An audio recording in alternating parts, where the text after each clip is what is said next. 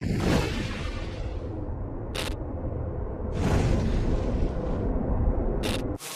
doll moved. No wires, no tricks, just terror. Paranormal M brings you closer to cursed objects.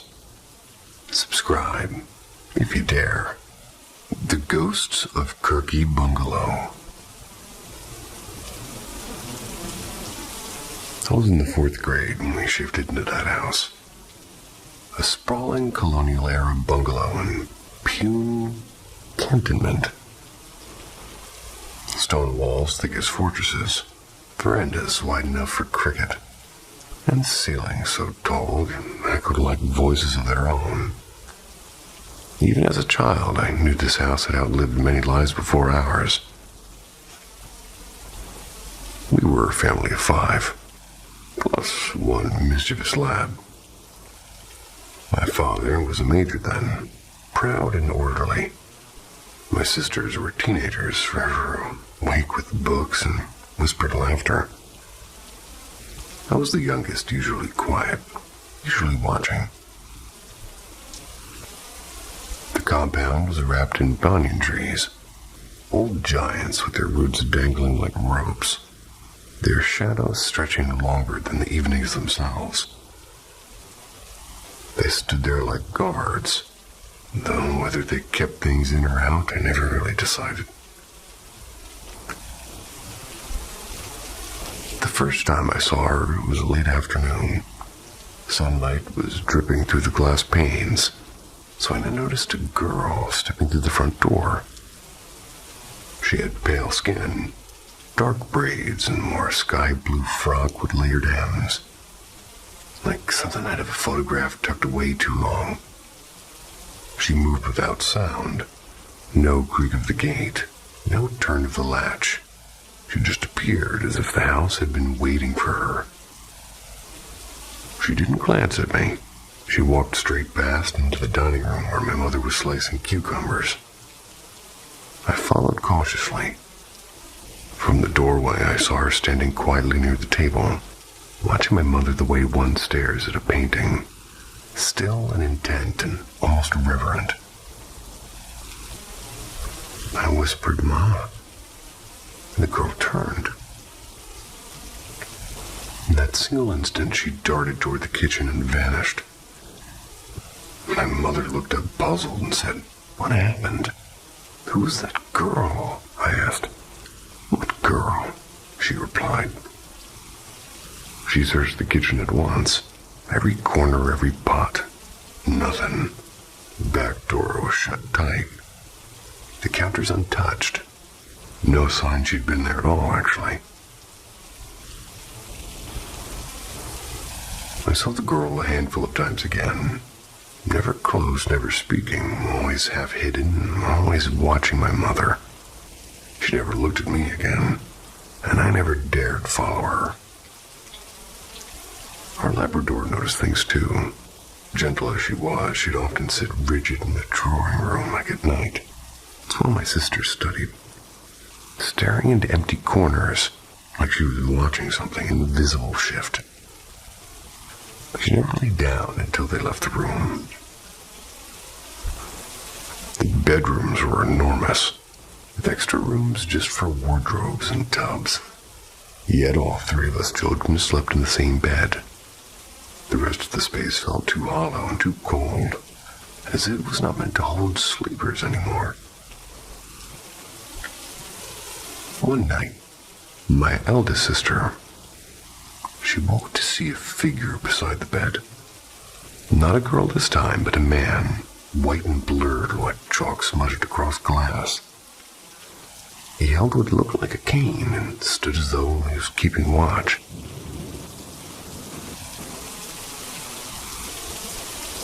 My other sister turned to look. She saw him too, and by then he was fading, like smoke dissolving into the dark. My sister whispered prayers, her hands trembling until the room felt lighter. And I, the fortunate one, slept through it all. Even my mother wasn't spared, because once when filling a jug at midnight, she heard a man laugh outside the kitchen window. a low, deliberate laugh. She fled to wake my father, who searched the compound with a torch and a dog. And the earth outside was damp from dew. No footprints and nothing disturbed.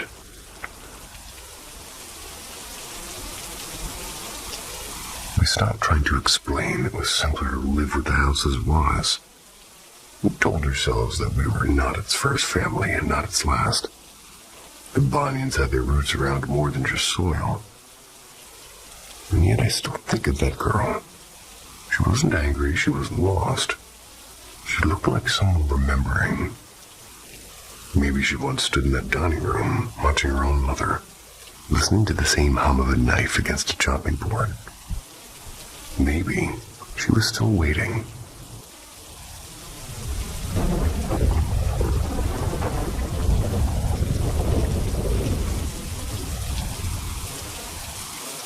Whispers in the Vent.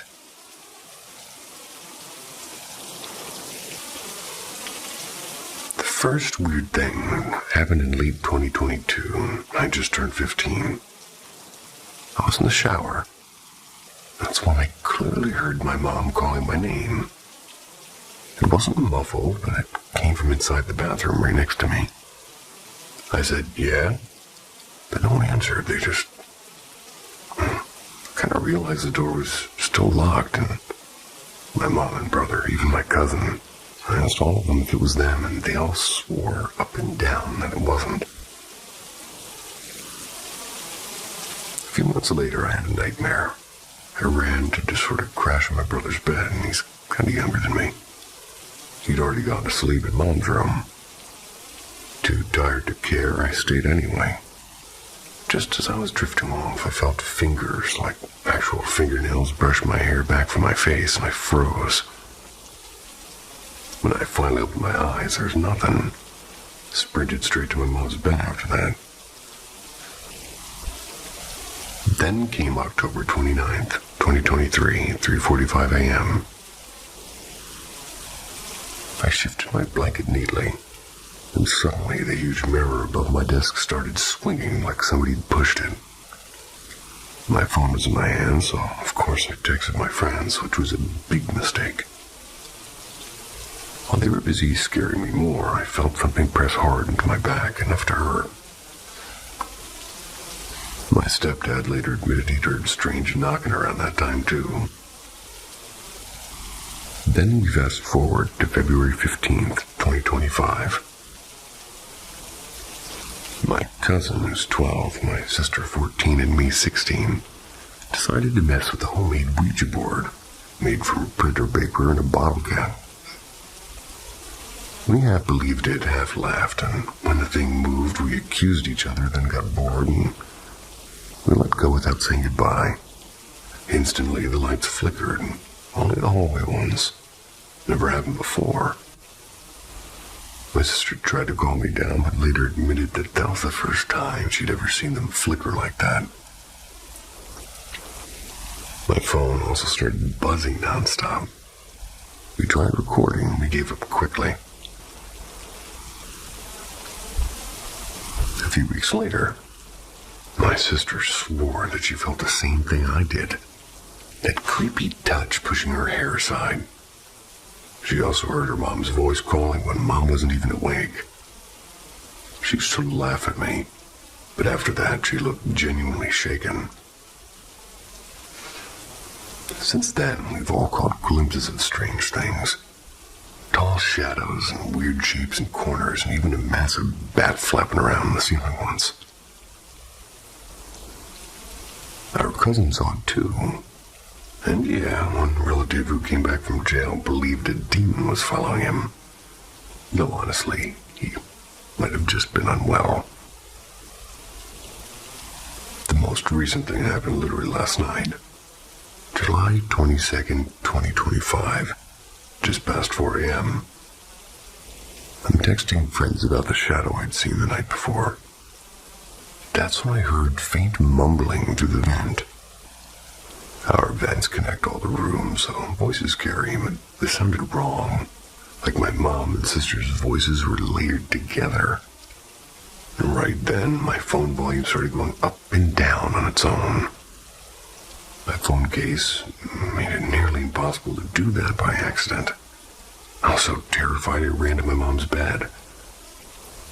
And as I searched on how to know if your house is haunted, my dog started pacing the room and suddenly pooped on the floor.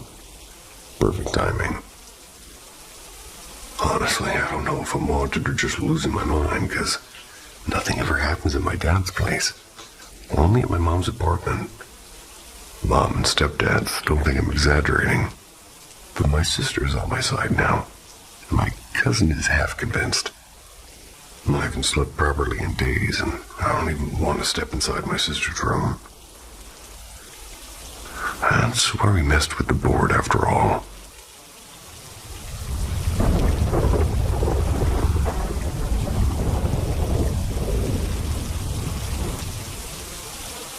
The Midnight Lesson.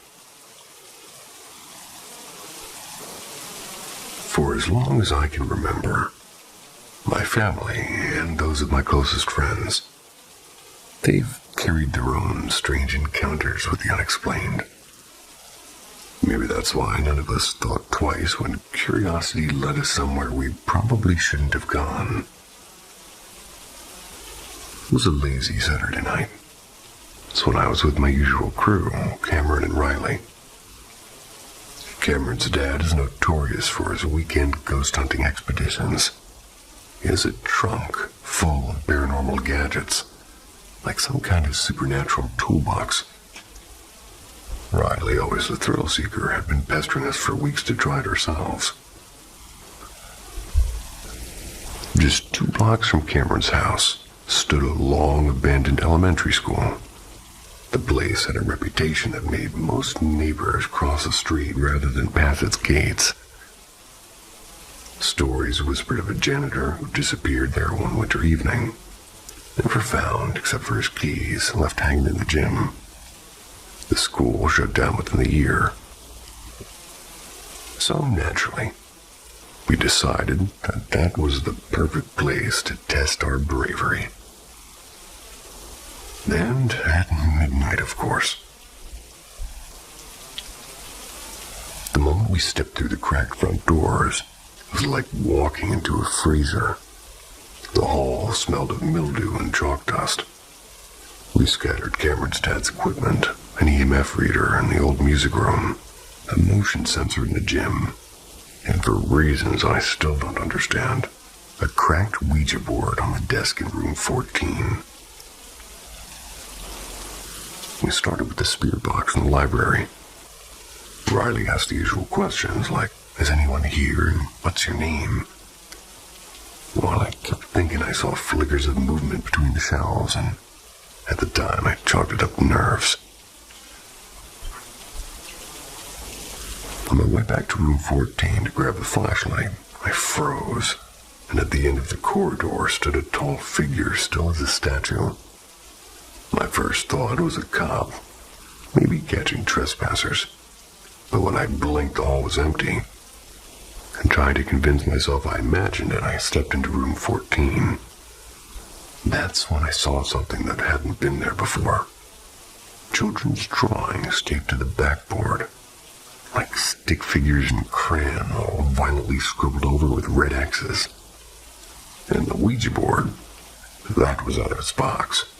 Planchette resting squarely on the word yes, and none of us had touched it. My stomach dropped. I ran back, breathless, to Riley and Cameron. They laughed it off, accusing me of trying to scare them, and honestly, for a second, I almost believed I'd gone crazy. But then, the spirit box crackled to life with a single word, deep and guttural, unmistakable, leave. We didn't need more encouragement. We started collecting the equipment, trying to act calm, but when we returned to room 14 for the Ouija board, the air felt colder. And we saw him. A man-shaped shadow stood against the far wall. Not solid, not smoke, but something in between, like static stretched into human form. His face was indistinguishable. and I swear his head toward us just slightly. None of us said a word, none of us moved. And then in a blink, he was gone.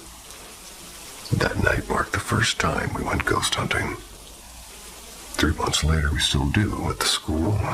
We haven't stepped foot inside that again. Not yet.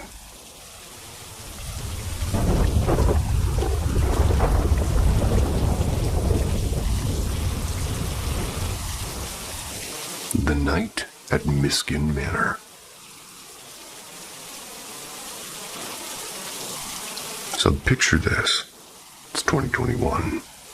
Not too long ago, but just long enough that my memory can add a little dramatic polish. I'm in South Wales, and there was, note the past tense, a hotel called Miskin Manor. Lovely old place. 4 stars, a spa in the works. I once stayed there for a dull corporate training session, but only afterwards learned that apparently I'd been bunking with ghosts. Local tales whispered about a gray lady drifting through the old bar, plus the occasional child-sized specter scampering about.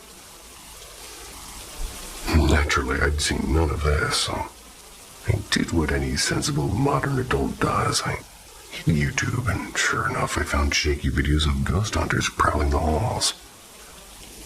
With them, they had their night vision cameras, and they were narrating every creak and draft like it was the apocalypse. Fast forward to 2021, and word got around that the hotel had fallen into financial limbo. Partial administration, staff thinning out, you know the drill. For big hotels, it usually means bargain rates, so like a complete genius, I booked their largest suite. The Grand Bridal Suite on Halloween night. My wife, bless her, was just as reckless as I was. To set the scene, apart from us, the only souls in the building that night were a pack of ghost hunters somewhere in the opposite wing. No staff, no other guests, just us and an entire creaky mansion. Perfect. Encounter 1 is the phantom hallway stroll. We're watching some forgettable TV show, and I spotted light underneath the door to the hall flick on.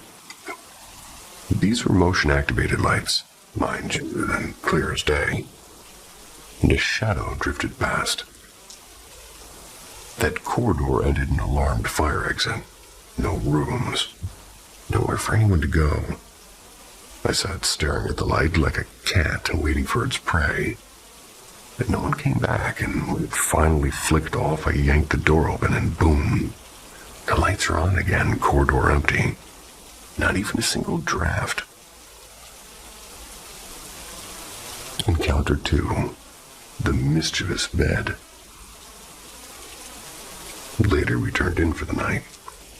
Being cautious and clumsy, I shoved a chair and my suitcase against the glass double doors inside the suite. Rural Wales is dark like pitch black, so I didn't fancy accidentally breaking my nose in the glass during a midnight bathroom run.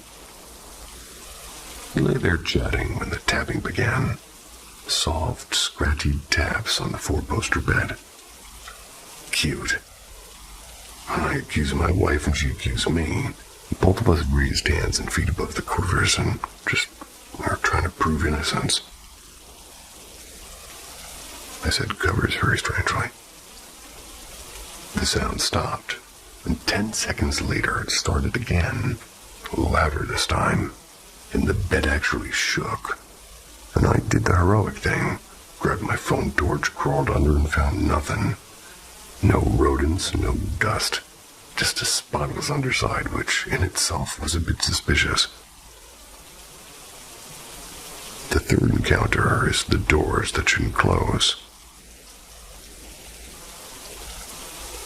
Eventually, sleep did claim us, until inevitably I woke at some ungodly hour needing the bathroom.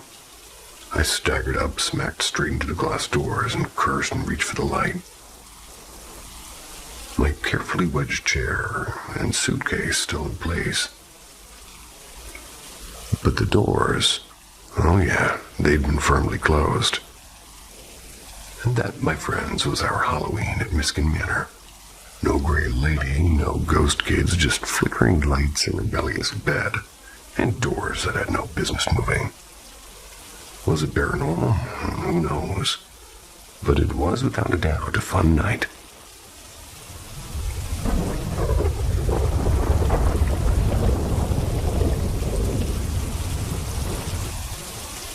The corridor of false awakenings.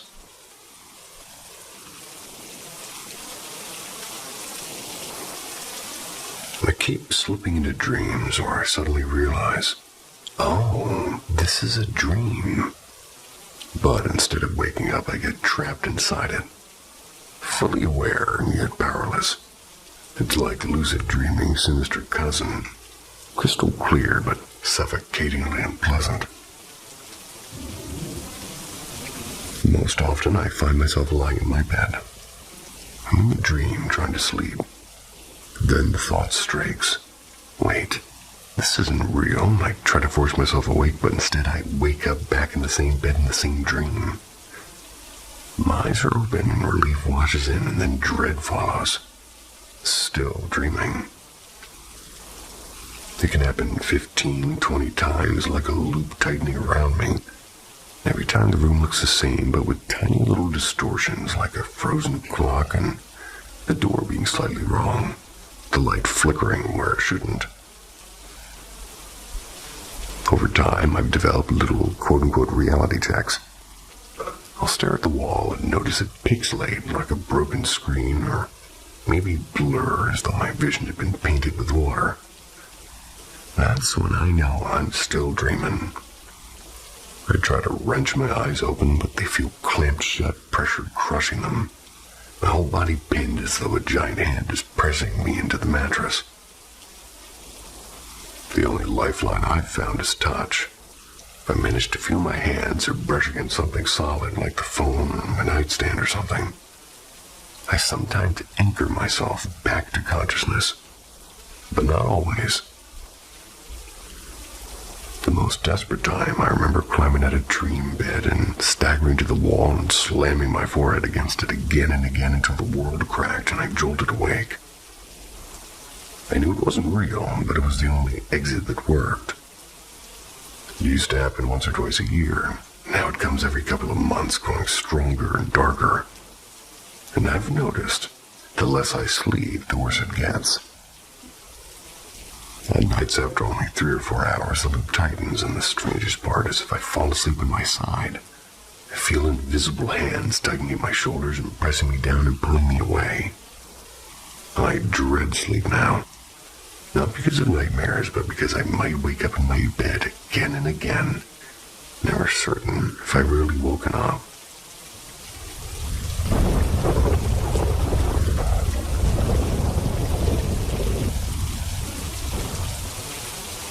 The house that breathed.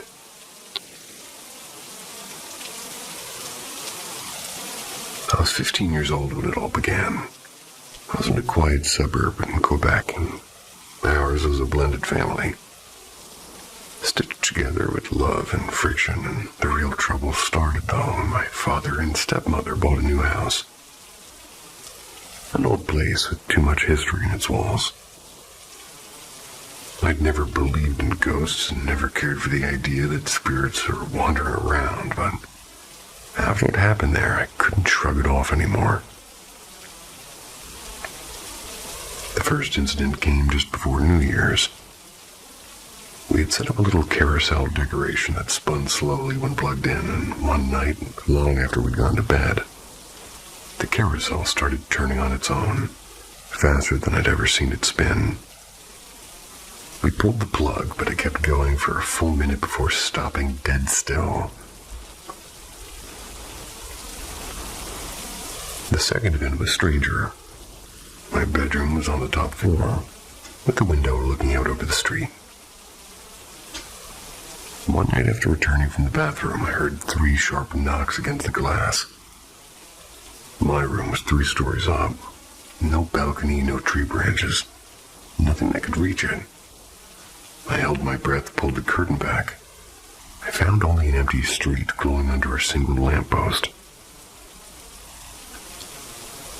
The last time I was alone in the garage, I was digging through boxes. I just crouched down when I felt a warm breath brush against the back of my neck, slow and deliberately. I spun around so fast I knocked over a crate of tools, but of course there was nothing.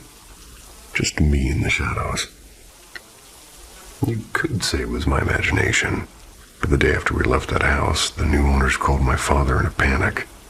Water pipes had burst inside the walls and flooded nearly every room. And this is really the first time I've, spoken or written about it. But I'll say this. Before that house, I didn't believe in ghosts, and now I believe the house believed in me.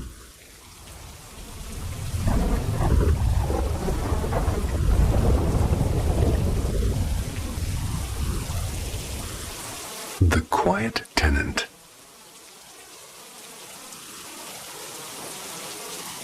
Two nights ago, I felt it again. Last night, too, though not nearly as strong. I've never been fully decided about God, the afterlife, or whether the two even belong in the same conversation. We moved into this house back in 2020, right before the world shut down. Not long after that, we had our first daughter, and she was around a year old when she sat in the living room one afternoon, waving cheerfully toward the staircase. Nobody was there, though. A close friend of mine, one of those people who's always half tuned into the unseen, he came by shortly after we'd settled in. At one point in the middle of some football game, he went pale and lost track of whatever he was saying. When asked if he was okay, he brushed it off, and I let it go, but it did stick with me. Time passed. My daughter grew and learned to talk, and at age 3, she would sometimes call hello into an empty hallway. At 4, she told me about the shadow man in the house. Not bad, she insisted, just different. A quiet shadow that sometimes wanted to talk. I ignored it for a while. I tried to. But then the cold spots started, especially in the laundry room in the basement. If I stepped too far in, the hair on my arms bristled and my skin tightened. The air felt electric. Finally, one night I stood there and I said out loud, "We bought this house. It's ours now. Leave us be." And for months afterward, the feeling was gone. But it comes back every so often. Whenever it does, I repeat the same thing firmly. House goes quiet again. For a while. Lately, though, it's even more active. And even now as I write, I can sense it nearby. I asked my neighbor once about the family who lived here before us. I assumed maybe somebody had died in the house. He told me no, the father had left years earlier, and as far as anyone knows, is still alive. So much for that theory. Last night was the strongest it's ever been. I was up late, beer in hand, and every trip downstairs to grab another felt like walking into someone else's breath. I spoke to it then, calmly but firmly. Stay out of my kids' rooms. Stay away from my wife. 6 weeks ago, I'd even gone so far as to offer help. And I told that if there was a way I could ease it out, to give me a sign. The very next night, the cord above my fridge had jolted against a storage bin with a sharp bang. No breeze, no vibration, just movement. But last night was different. I was in the upstairs bathroom and the door was half open. That's when I caught something in the mirror.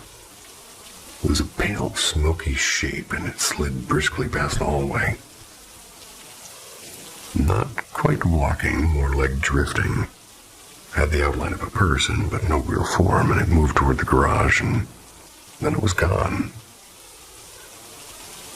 Even our dog reacts sometimes, bolting up the stairs and claws scrambling on the turns, racing toward the bedroom to hide underneath the bed. We always laughed at her nerves, and Now I wonder. I worry I've encouraged it by speaking to it. I don't want this in our lives, but moving isn't an option. To be fair, it hasn't harmed us. My friend, the one who notices things, they insist it's harmless and playful even. I can't help wondering how long can a guest linger before it stops being polite.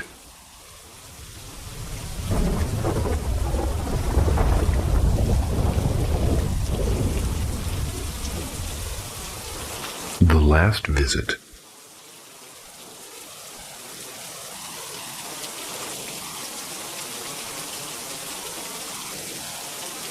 When I was born, my mom was already fighting her demons. Drugs, bad choices, the kind of things kids only learn about later. And by the time I was 5, I'm living with my grandparents full-time.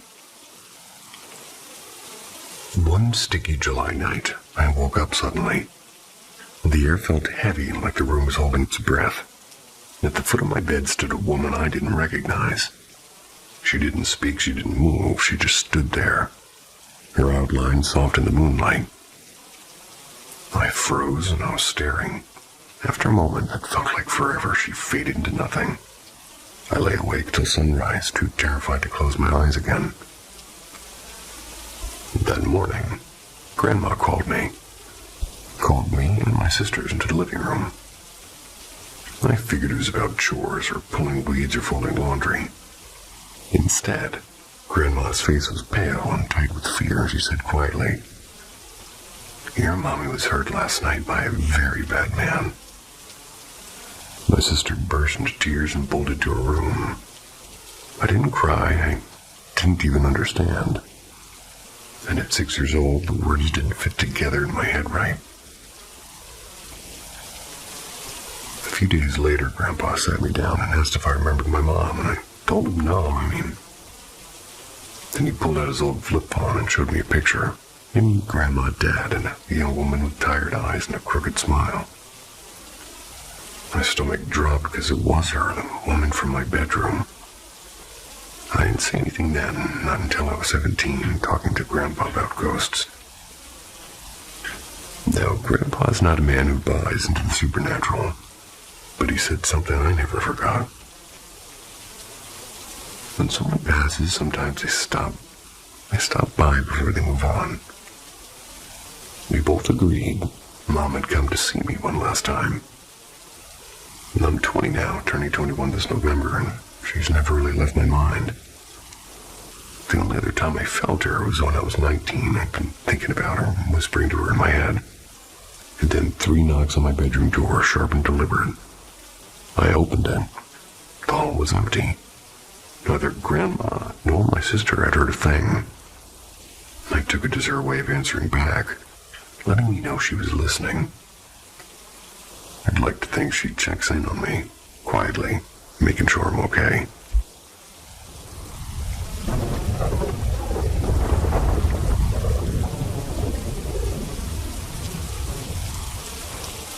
The warnings of my father.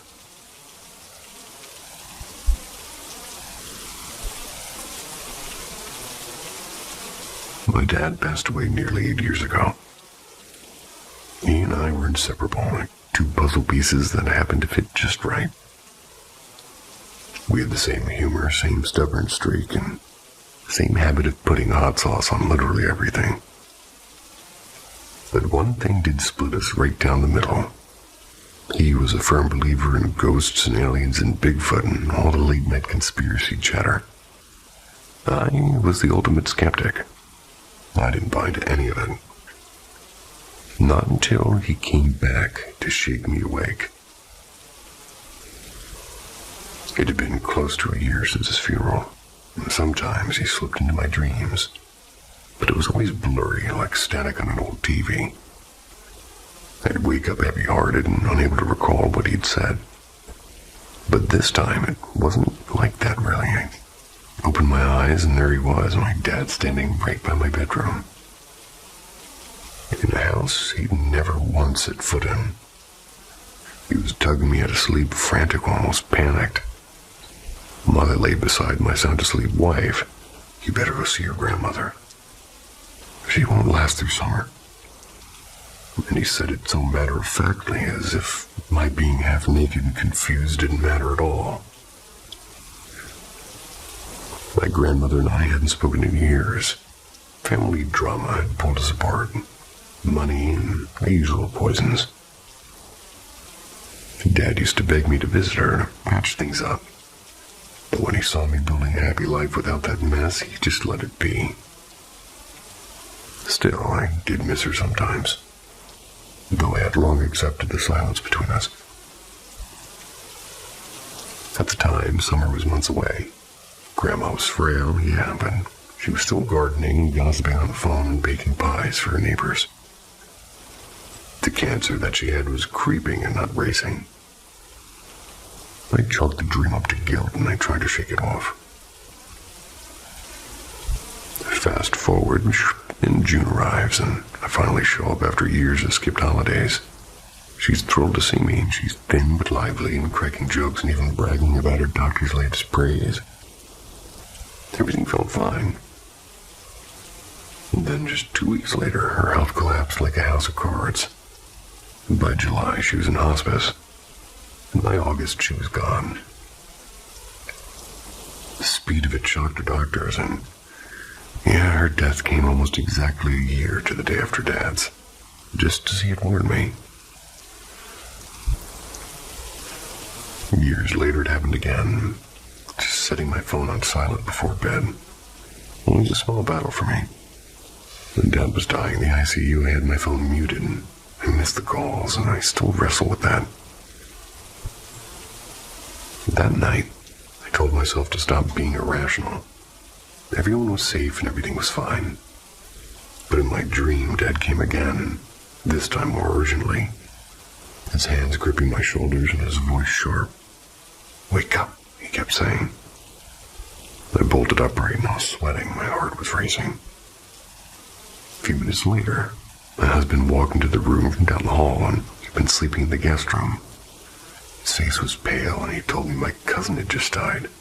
Out of nowhere, young, healthy, and athletic, gone. The dream rushed back to me like a flood. Dad hadn't gotten the chance to tell me, but somehow he tried. Since his passing, I've dreamed of him countless times. Most of the time, he's calm and smiling, cracking jokes in some strange dream world landscape. But only twice has he come to me in my real home, a place he never visited while alive. Both times he's been desperate and distraught and shaking me awake. Both times someone I loved was about to die. I never believed in ghosts and still don't know if I do, but I do believe in my dad.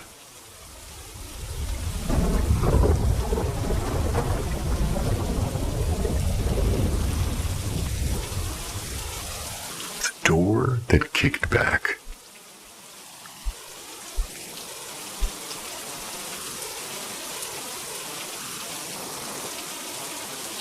In the fall of 2022, I signed up for a ghost tour in downtown Austin, Texas.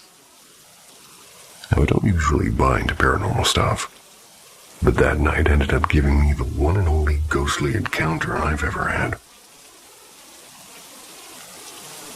Our guide stopped us in front of this withered old structure, halfway between a boarding house and an office building. It had a big bay window that leaned over the street like it was eavesdropping. He said that it had been standing since the late 1800s, maybe early 1900s, I can't remember exactly.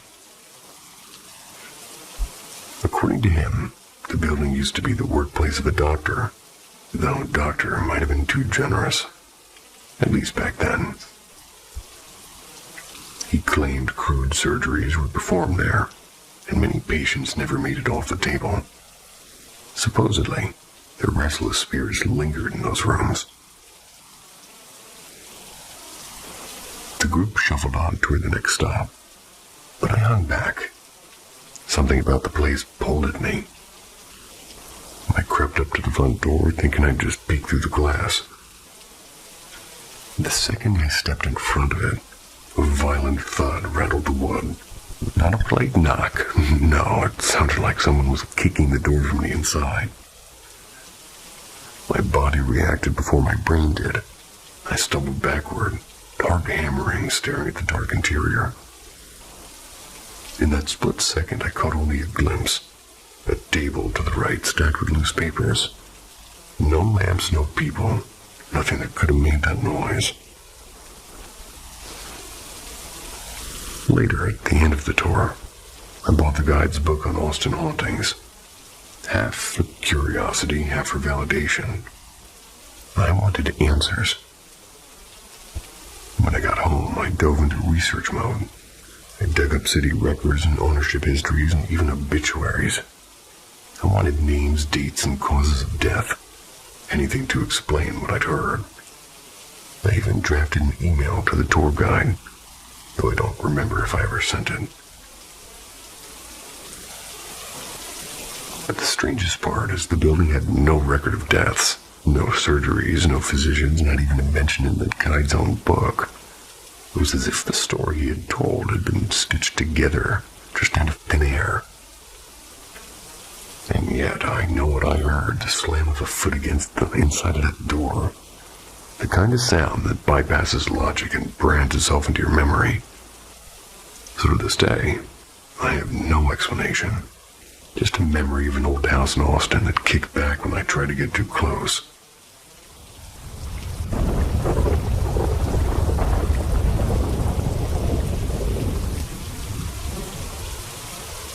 The gray shape behind the Wendy house. For context, I was about 7. My little brother was around 5. This took place at a family gathering in the countryside pub. Maybe 15 people there in total. It's been nearly a decade since, so my memory might have gaps, but what I'm about to tell you really did happen. As far as my terrified younger self can recall. It was late summer of 2015, just after one of my cousins had a small wedding. A few nights later, Mom's side of the family gathered for dinner at a pub not far from our village. Dad wasn't there, they'd split up by then, so it was just me, my brother, and Mom. We ended up seated near a back door that led to a quiet outdoor area. Naturally, being kids, we got restless. Mom let us slip out through that back door to play, while the adults carried on with drinks and chatter. The yard itself was modest, a worn slide, a squeaky swing set, and a crooked set of monkey bars. It was tucked away in a corner. Something far more enticing, though. There was a faded red Wendy house. And that's when it all went wrong. My brother dashed toward the little playhouse, laughing.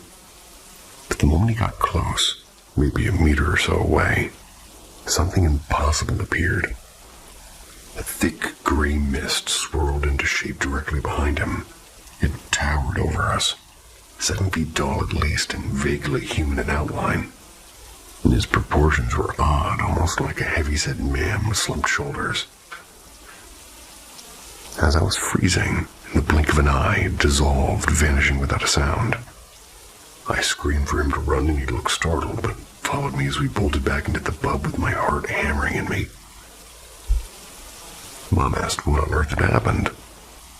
But when I shakily blurted out the story, no one seemed to believe me. My brother swore he hadn't seen anything. The adults laughed it off, saying I had an overactive imagination. Eventually, they just told me to stop carrying on. But the thing is I know what I saw. I was 7, yeah, but the memory's still sharp. The hulking gray figure that stood just long enough to scare me senseless, then disappeared into thin air. I'm 16 now, and though most of that night is a blur, the image of that misty apparition still lingers, etched in my mind as clearly as if it happened yesterday.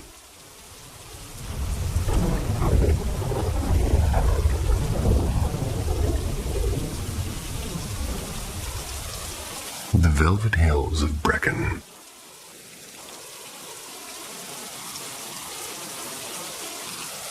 A week ago, I slipped away to Wales for a short holiday. Ghosts are rumored to wander those valleys in droves, though none cared to cross my path. Instead, I found myself lodged into a farmhouse older than memory, tucked at the edge of a wood with hills unfurling in every direction like green waves. Our host had just given us an entire wing, its thick stone walls and creaking staircases clearly accustomed to centuries of footsteps. The opposite side was still lived in by the owners, who greeted us warmly. We arrived late in the evening after a long, weary drive.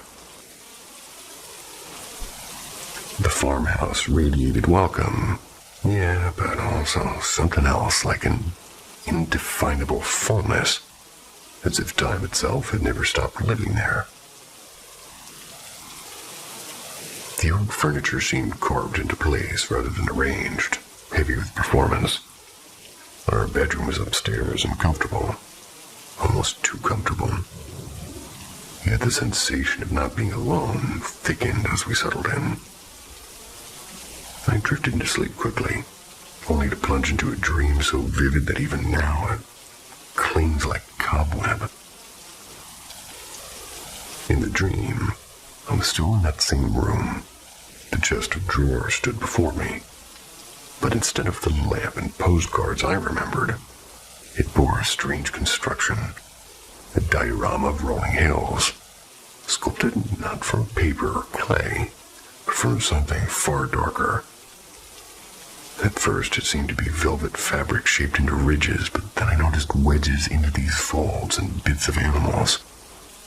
Not cats, but foxes. Tiny severed paws poked from the ridges, a russet tail coiled like a robe, a small skull half buried in a velvet slope.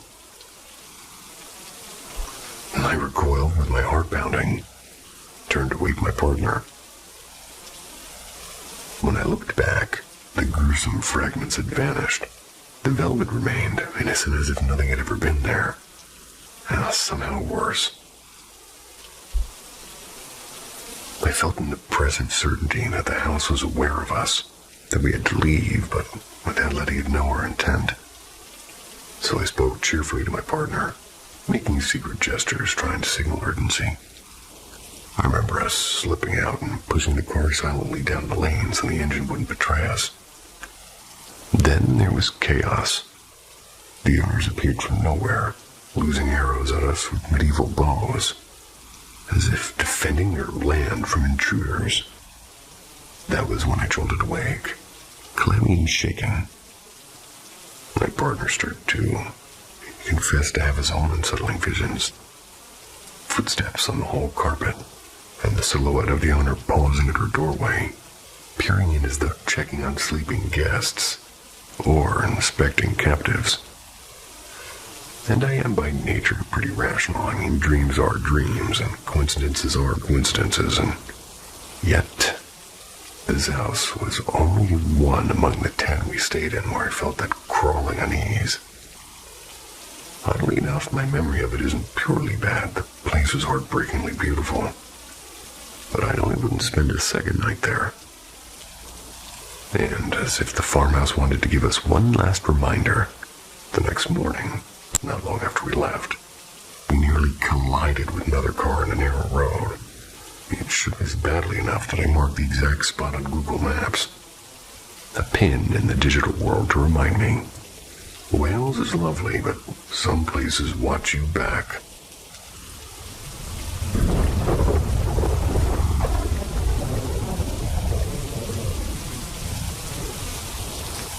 The House of Shadows.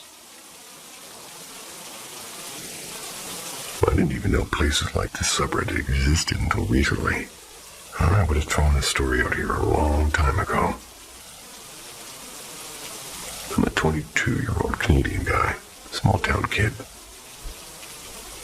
When I was 6, I broke my arm pretty badly. Clean snap. After the cast came off, I was stuck in bed for a few weeks recovering. I remember lying there one night when my mom, my sister, and 2 of my mom's friends were laughing quietly in the living room. They were happy I'd healed fine, but at first the doctors weren't sure I'd regained full movement. But that night, something else happened. At first, it was normal. Just me in my room half asleep. And then these figures started to appear near my closet, shadowy, tall, and thin, was sliding across the walls. They circled me slowly, one by one, getting closer. 6-year-old me screamed bloody murder. My mom came running, flipped the light on, and told me it was just shadows from the hallway. Only they weren't anywhere near the door, and it didn't matter, though. She comforted me and turned the light off and left. Within minutes, they were back, and I cried myself to sleep. Fast forward a couple years later. I quote-unquote woke up one night. I walked around the house. I saw my mom typing away at the old family computer. I even saw her walk to both my room and my older brother's. In the morning, I told her about it. And years later, when I brought it up again, she swore she'd checked on both me and my brother, and we were sound asleep in bed that night. Creepy enough, right? Well, it got worse. When I was about 9, my brother and I switched bedrooms. Mom thought maybe a new space would get me to stop talking about the shadow people. First few nights were fine, and I saw him, the tallest shadow I'd ever seen. He filled the doorway, then stepped closer and closer until he towered over me. I felt this weird sensation wash through me, like heat rolling from my toes up to my head, leaving goosebumps and other feelings I couldn't explain at that age. Not pain, not fear, something else. It was intense, and it was too intense. A few days later, my head started jerking back and forth without me controlling it. My eyes twitched and my shoulders jerked, and I was eventually diagnosed with Tourette's. Doctors didn't find anything unusual, just the standard neurological explanation.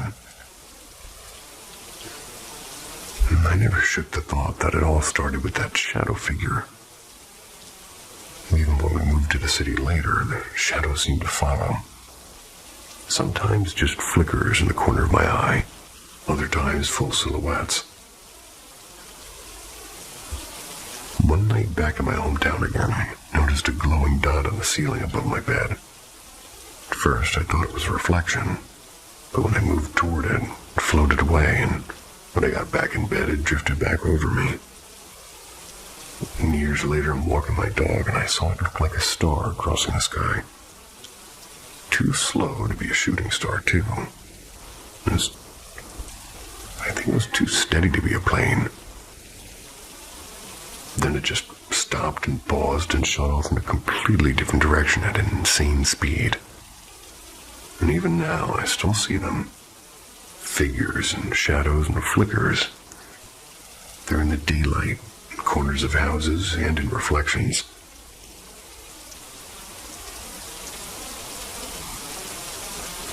Hopefully you can't hear this cow screaming at me outside. Later, I found out my mom's house had black mold in the basement. Makes you wonder. My younger brother, who ended up in his old room, started saying he saw things weirdly, like objects changing size and distances shifting. So yeah, to this day, I don't even know if it was mold or sleep paralysis or something else that decided to stick with me all these years. But I've never truly been alone in a room.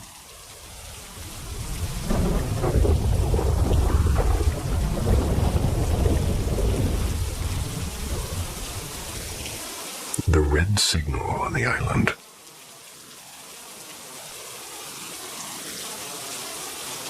Picture this. I'm a working magician, the kind who occasionally dabbles in summoning the less polite residents of the astral plane. Nothing unusual for me. I've grown up with this sort of thing. Ghosts, whispers, flickers of shadows. Been there, done that. I usually treat it like background noise, but one night something carved fear into me so deep I still can't shake it. I live near a massive forest reserve, the kind that saw brutal fighting in World War II. Beautiful shore, but also damp, swampy, and heavy with old echoes. I've seen wraiths and odd shapes wandering there before. It's like a personal playground. The day before my ritual, I went scouting for a spot. It was deep in the reserve. I stumbled on a stone bridge. arched and elegant, leading to a little island. There was a meadow stretched across it, with cattle lazily grazing underneath the sun. Perfect, I thought. Marked it, went home. At 3:15 a.m., full moon in Scorpio, I headed back, and the air felt raw and electrified, and birds shrieked like they'd seen a predator, and their chaos gnawing at my nerves. A gut voice whispered, turn back, turn back. But if you've done this sort of work, you know, sometimes the veil pushes back, and I ignored it. The closer I got to the bridge, the quieter it became. Then total silence. No birds, nothing. And my eyesight is terrible, -4. So the world ahead was mostly a blur of blacks. There was a sharp, pulsing red dot, and it was dead ahead, exactly where I planned to stand. I didn't hesitate, I just kept walking until the dot grew and it was flashing. Then it erupted into a column of fire. Not sideways like a flamethrower, straight up vertically. Somewhere in the hiss, I swear I caught muffled voices. I froze and the thing blinked, and a second flare burst to life on the far side of the island. My curiosity outweighed my caution, at least first step, but as soon as I moved, there goes my phone.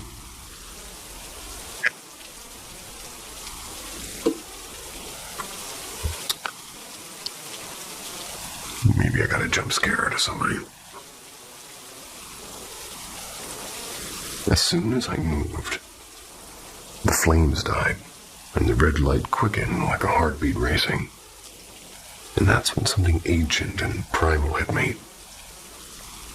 It was like a program hardwired into my bones switched on, and I knew with absolute certainty that I was prey. I've had knives pulled on me before. I've stared into the wrong end of a pistol. But the terror I felt there made all of that feel like child's play. It was hopeless fear, a crushing certainty that if I took another step, I wouldn't come back. So I turned, slow and deliberately, like a man trying not to startle a beast. I didn't run, I just couldn't. I just walked and every nerve was screaming. Once I reached the road, I tried calling friends, desperate for a human voice. And every call went straight to voicemail. Even my insomniac friend who never turns off his ringer. Later, he swore his phone was on, and he only got the missed call notification 2 hours later at 5 a.m. when he called back instantly. As if that wasn't enough, when I finally stepped out of the reserve, a sleek black car pulled across the bridge, then it idled by the roadside. I passed it, but minutes later, the same car crawled past me again at the T-crossing near my house, slowing as if to watch me before speeding away. The next morning, morbid curiosity dragged me back. The cows I'd seen were gone. Haven't spotted them since. In the field were like faint paths pressed into the grass. Not footprints, more like trails of something circling and weaving and converging. All of them led to an oval patch of ground where the grass grew shorter than the rest. But strangely, the flowers in it were untouched. So now I'm left with questions. Did I stumble into someone else's ritual like a military experiment? A UFO landing? Why was I lured there, and why did that fear feel programmed, not natural? Should I return at the next full moon, or would that be suicide? I want to know. God help me, I want to know.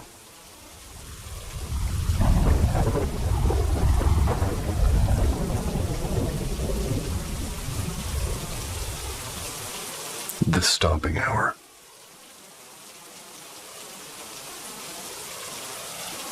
Here's the thing. I think my friend who passed away last month at just 23 might be haunting our apartment. Yeah, I know how that sounds, but let me start from the beginning. Back on June 12th, I texted him asking if he wanted to hop on Discord so we could hang out like usual. He replied just after midnight on the 13th, saying he'd probably be online the next day.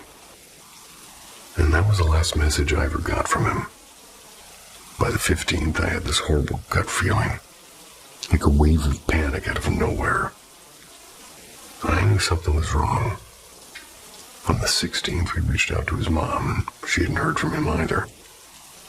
The next morning, firefighters and police forced their way into his apartment, and there he was. They said it was most likely complications from his diabetes, maybe mixed with the meds he'd been on. Nothing strange happened immediately after, aside from a few odd coincidences, the kind of stuff you brush off. But then things shifted. The day before the funeral, we stopped by his apartment, peeking through the windows. His family wanted nothing to do with the place. Too many debts, too many reminders. But we wanted something or anything to remember him by. He used to write poems, and we hoped to find his old notebook. Maybe even get one of his line tattoos. Or rather, get one of his lines tattooed. And that's when the weirdness started. On July 13th, exactly a month after his final message, we were lying in bed around 2 a.m. That's when we heard the stomping in the empty unit next door. It was heavy and deliberate. They were pacing back and forth. Went on for nearly an hour. We didn't dare check. And after that night, I stopped laying tarot cards and the noise stopped too. But a few days ago, I made the mistake of pulling a spread for him, asking how he was doing on the other side.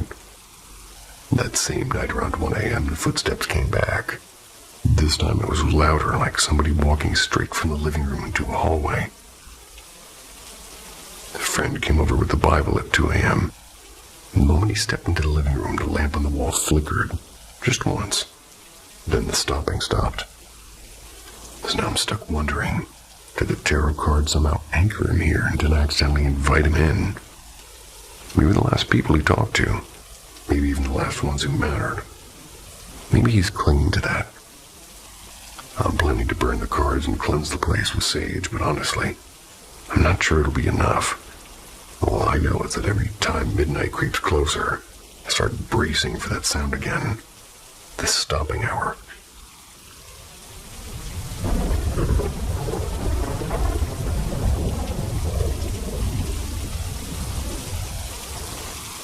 The thing by the stop sign.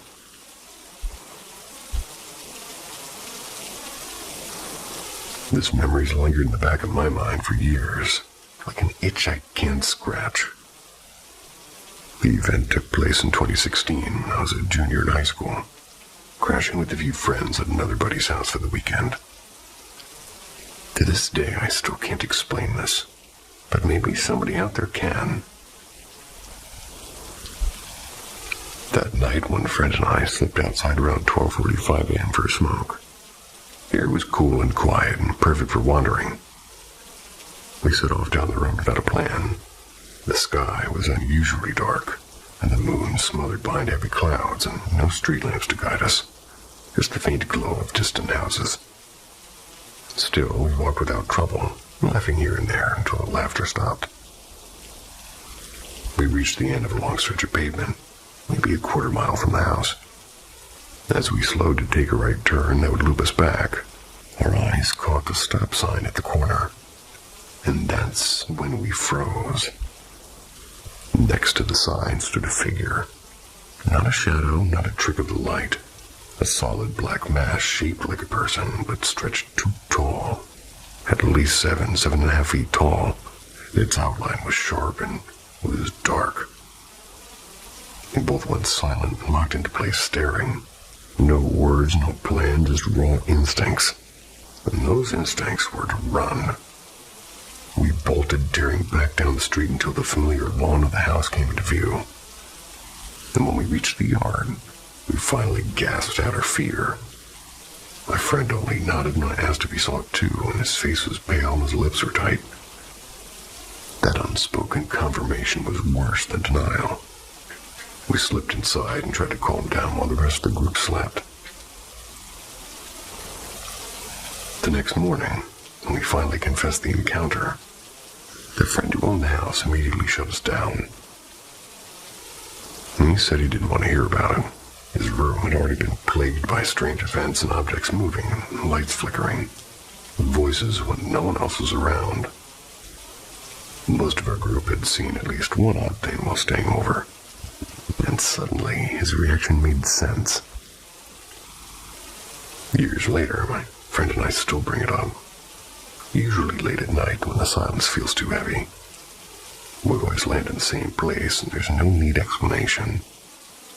Weed doesn't make you hallucinate in perfect synchronicity. Street shadows don't stand tall and still like a person. Whatever it was, we both saw it, and the dread that washed over us that night is something I'll never forget.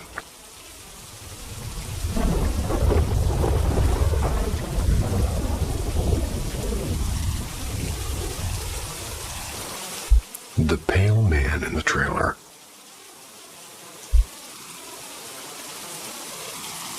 This has haunted me for years. Still don't know how to explain it. 2013, 2016. Lived in a little nowhere town in Kansas. Our property has an old single-wide trailer. Once belonged to my grandparents. By the time I was growing up, it was collapsing in on itself. It was only used for junk storage. The roof was sagging, windows broken, and vines crawling up the sides.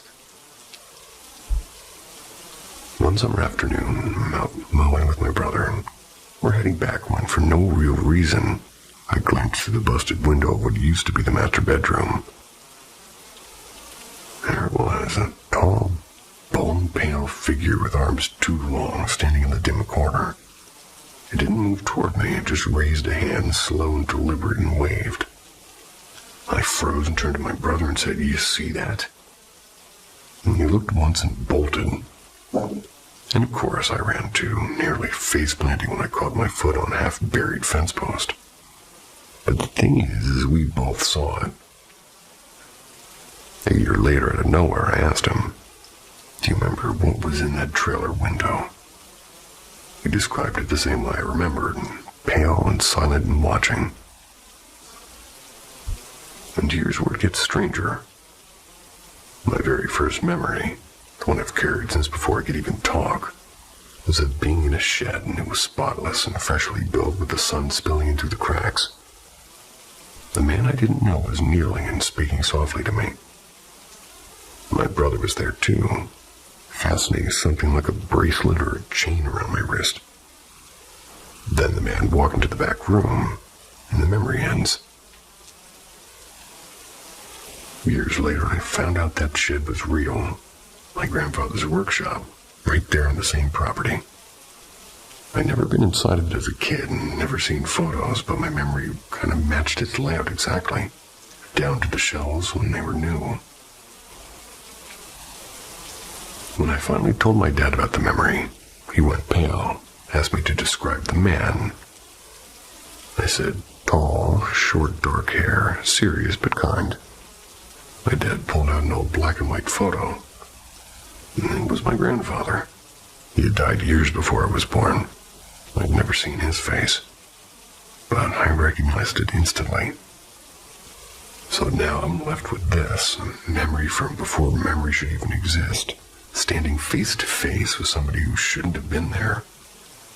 A strange gift, a chain clasped on me by my brother.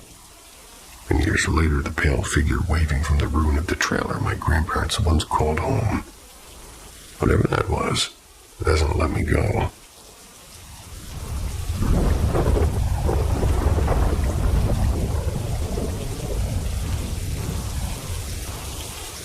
The Black Mass of Mercy General.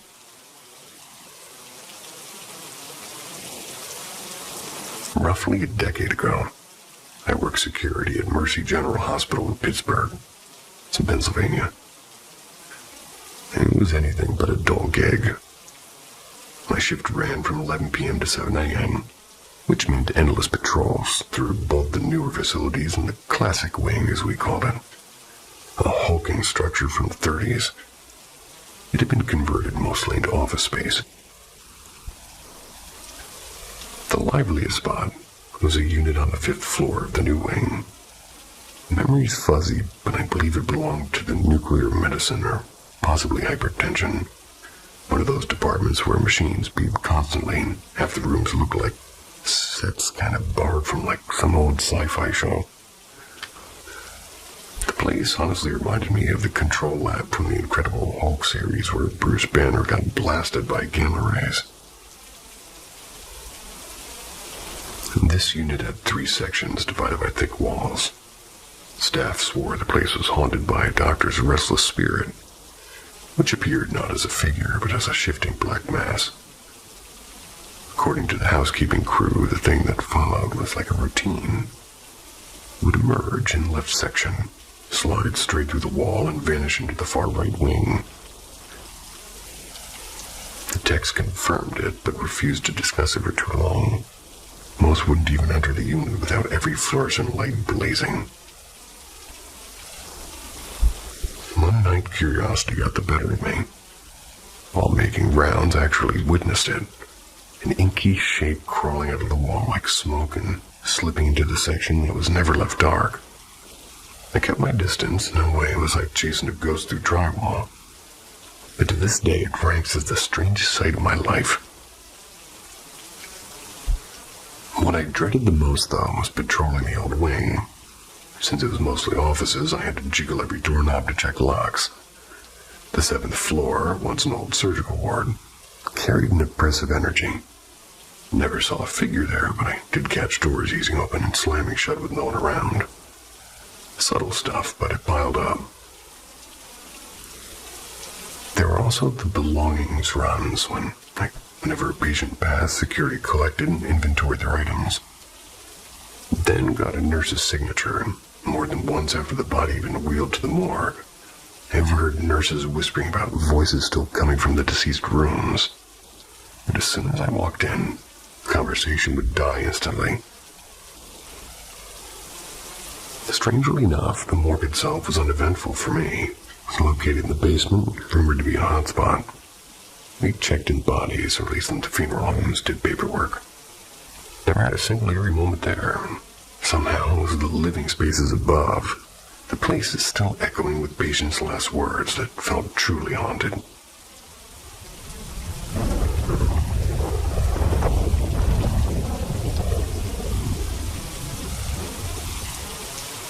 The cat that never left.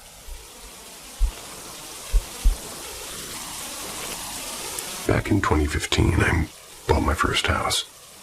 A little 2-bedroom, 1-bath place on the edge of town. It wasn't fancy, but what drew me to it was the fact that everything inside was untouched since it was built in the late 60s. The original owners had lived there their entire lives. The only updates they ever made were repairs when absolutely necessary. It felt like stepping into a time capsule, and I loved the blank slate vibe. On my first walkthrough, one detail caught my eye.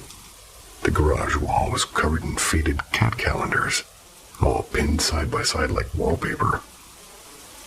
In the living room, there's a light switch plate with a cartoon tabby that looked hand-painted. Clearly, a woman who had lived there adored cats. And as a lifelong cat person myself, 2 at the time, now 5, I couldn't help but think, okay, this is fate. I learned from the neighbors that the husband had passed away several years before, not in the house though. The widow was moving into assisted living and explained why the place felt so unchanged and frozen in her life's routines. For the next year, I went to town fixing it up and ripped out the shag carpet and rewired the entire place. I put in a ductless unit and redid the kitchen cabinets, even knocked down the wall to make the living room feel bigger. And during that time, I also met my girlfriend, and eventually she moved in. Now here's what gets strange. Every once in a while, usually when I was in bed alone, I'd feel something jump onto the foot of the mattress. Not hard, just that subtle weight shift, like when a cat hops up. Then slow, deliberate steps back and forth. Never went further than that, never touched me, never made a sound. Just that faint pressure of movement at the end of the bed. First, I chalked it up to my imagination, or maybe my body twitching as I was drifting off. But it kept happening, once every week or two, like clockwork. 2 years in, I finally mentioned it to my girlfriend. I expected her to laugh it off. But instead, she froze and gave me that flat look people give you when they realize they're not crazy. Said she'd been feeling the exact same thing, but hadn't wanted to bring it up to me. Weirdest part is it was so consistent, so specific, and yet impossible to explain. I didn't feel threatening, just like a cat who never quite left its old home. We sold the house in 2021, moved halfway across the country. In our new place, not once has it happened again.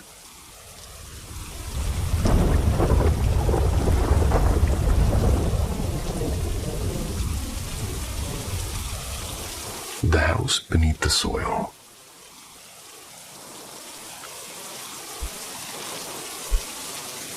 When I was 10 years old, my parents yanked us out of the only neighborhood I've ever known, dropped us into a small, cliquish town.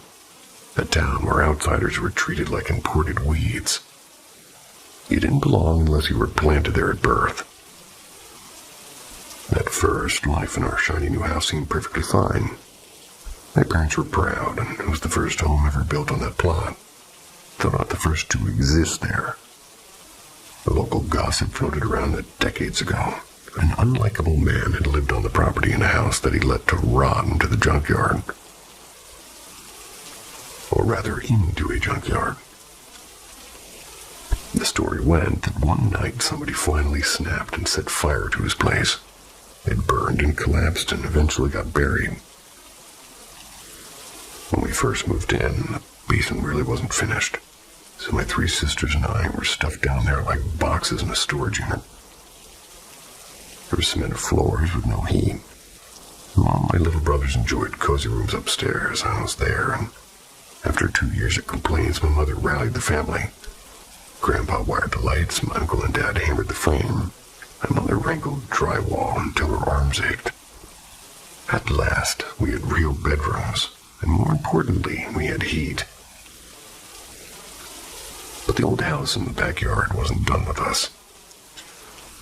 One summer, a contractor friend of my dad's asked if he could scoop some of our soil. It was unusually rich and dark, and my parents agreed, and he dug deep until a shovel kind of clanged against something solid. With careful scraping, he uncovered a chunk of cement foundation, charred wood beams, and even a few warped utensils that looked like they'd survived a fire. He asked my mom if she wanted him to just keep going, and she shook her head and said, "Just cover it back up."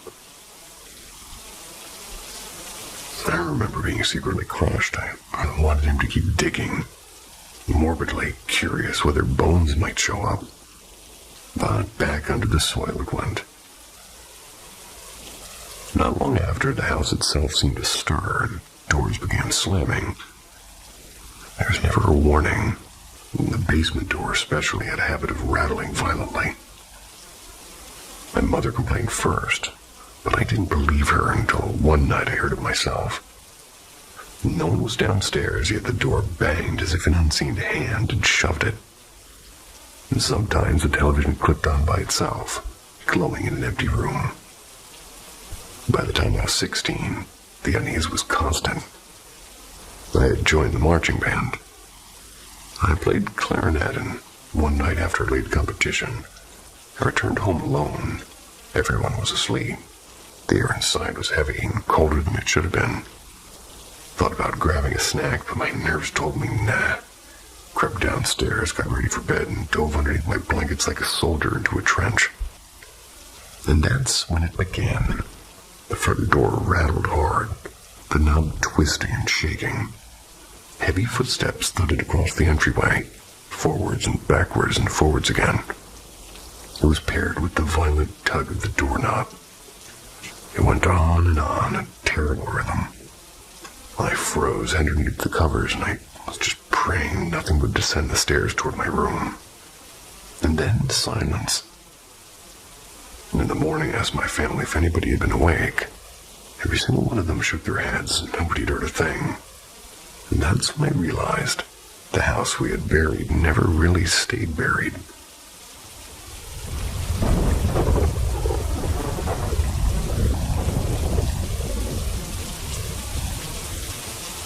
Chains in the night.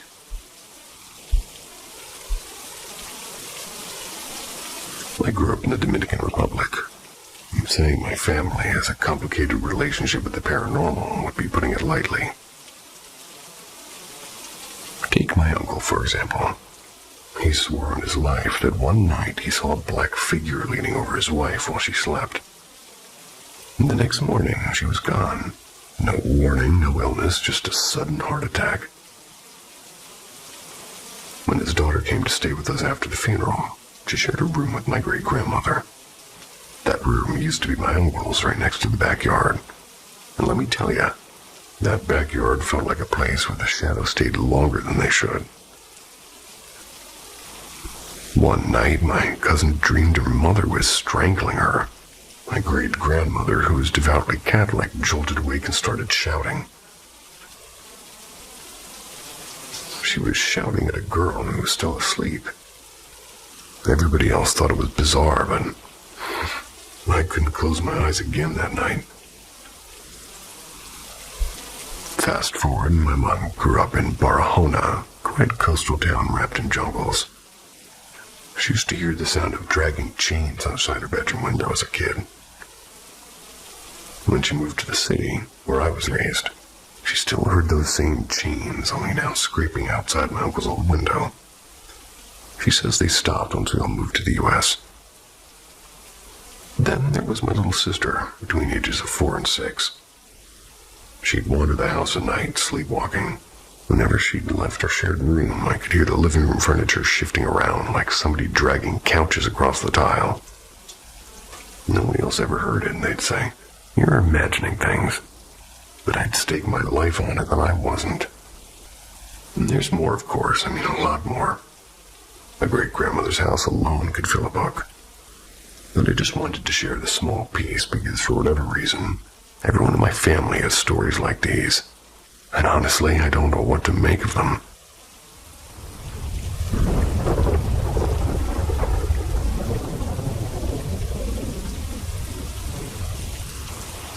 The girl in the white dress. I've never really shared this before. But it's one of those memories that's branded itself into my brain. I was 15 at the time, and I'm 25 now. My dad lived in what was basically a glorified shed that someone had kind of slapped a kitchen and bathroom into. Cozy, sure, and safe. Not even a little bit. And I'm still convinced that place was haunted. It started the way bad dreams start. I'd wake up and couldn't move, classic sleep paralysis, or so I thought to myself. But this wasn't normal paralysis. One night I couldn't even open my eyes, and it felt like a grown man sat full weight into my chest, like he's trying to crush the air out of me. At another time I actually saw something. A shadow crouched in the corner of my room, sitting there. I lay frozen for 15 agonizing minutes until I managed to flick on my lamp. And poof, nothing. No pile of clothes, no chair, nothing to mistake for a figure. And then came the noises. Once I woke to the sound of frantic wings, like a bird or a bat circling my room. The flapping was so loud I sat there shaking. But the window was shut tight, and the lock on my door made it impossible for anything to get in. And the part that really got me is it only ever happened in that house. Never at my mom's place, never at my grandparents'. Never even during sleepovers, just there in my dad's shed at home. For a while, I thought I was losing it. Until the night that basically proved I wasn't. My dad and I were sitting in the kitchen with the back door wide open. We're looking out into the dark. And suddenly I saw somebody drift past the doorway. A girl looked about my age, wearing a white dress with hair dark shoulder length. My stomach dropped, and I thought maybe I imagined it until my dad, in the most casual but horrified voice, said, "Did you see that?" Chills. Absolute chills. I asked him what he saw, and he described the exact same thing. That girl didn't look fully real. Not transparent, but like she was only 90% in this world and the rest somewhere else. Wrong and unnatural. I never saw her again, but after that night I couldn't ignore it. I kept hearing and seeing and feeling things in that bedroom until my dad eventually moved. And honestly, I've been trying to forget her ever since.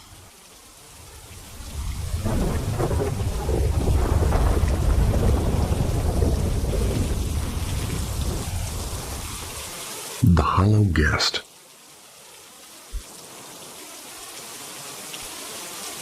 I know it sounds insane, but I need some answers.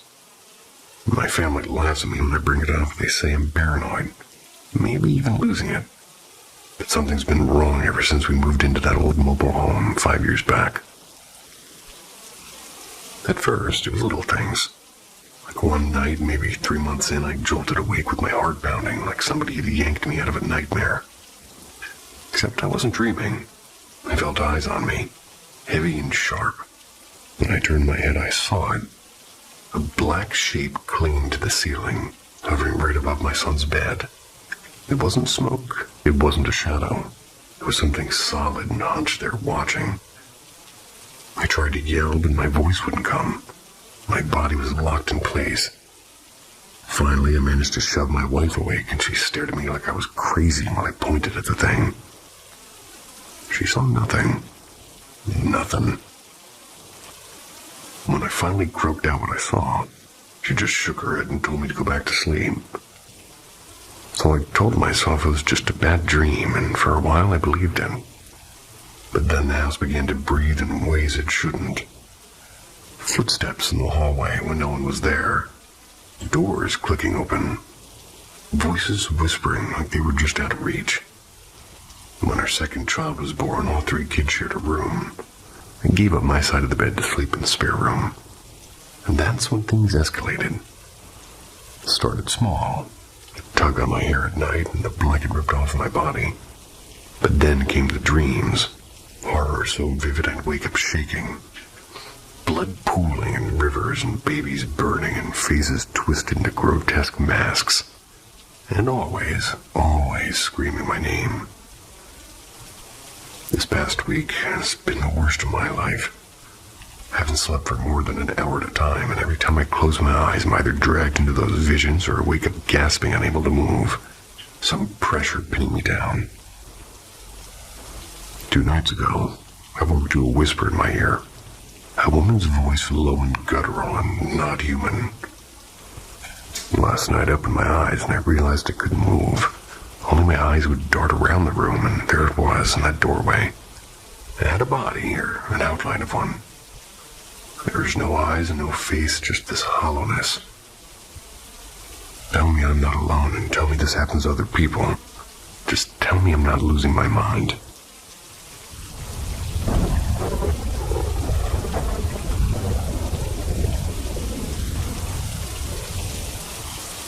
The night the hallway stayed dark. This is one of those stories that sticks with me. Probably because it scared the absolute daylights out of me. I've mentioned before that I've had weird, possibly paranormal stuff happen since I was a kid, and, well, this one is burned into my brain. I was in 3rd grade, living in Suffolk, Virginia. Our house had this motion-detecting nightlight in the hallway. It's super sensitive, like sneeze in this direction, and it'll light up. My sister and I could never avoid it since our doors were right next to it, and even go into the bathroom and crossing its little 5-foot force field. My mom, though, she lucked out. Her bedroom was right by the stairs, just out of its range. At that age, I was terrified of the dark. And embarrassingly, I was also terrified of Slender Man because it was 2013. Internet was cruel to children. So I'd sleep with my door open, the bathroom light on, and sometimes even my closet light blazing. My mom hated it, and she'd sneak in once I was asleep and switch them off. Partly because the glow drove her nuts, and partly because of electricity bills.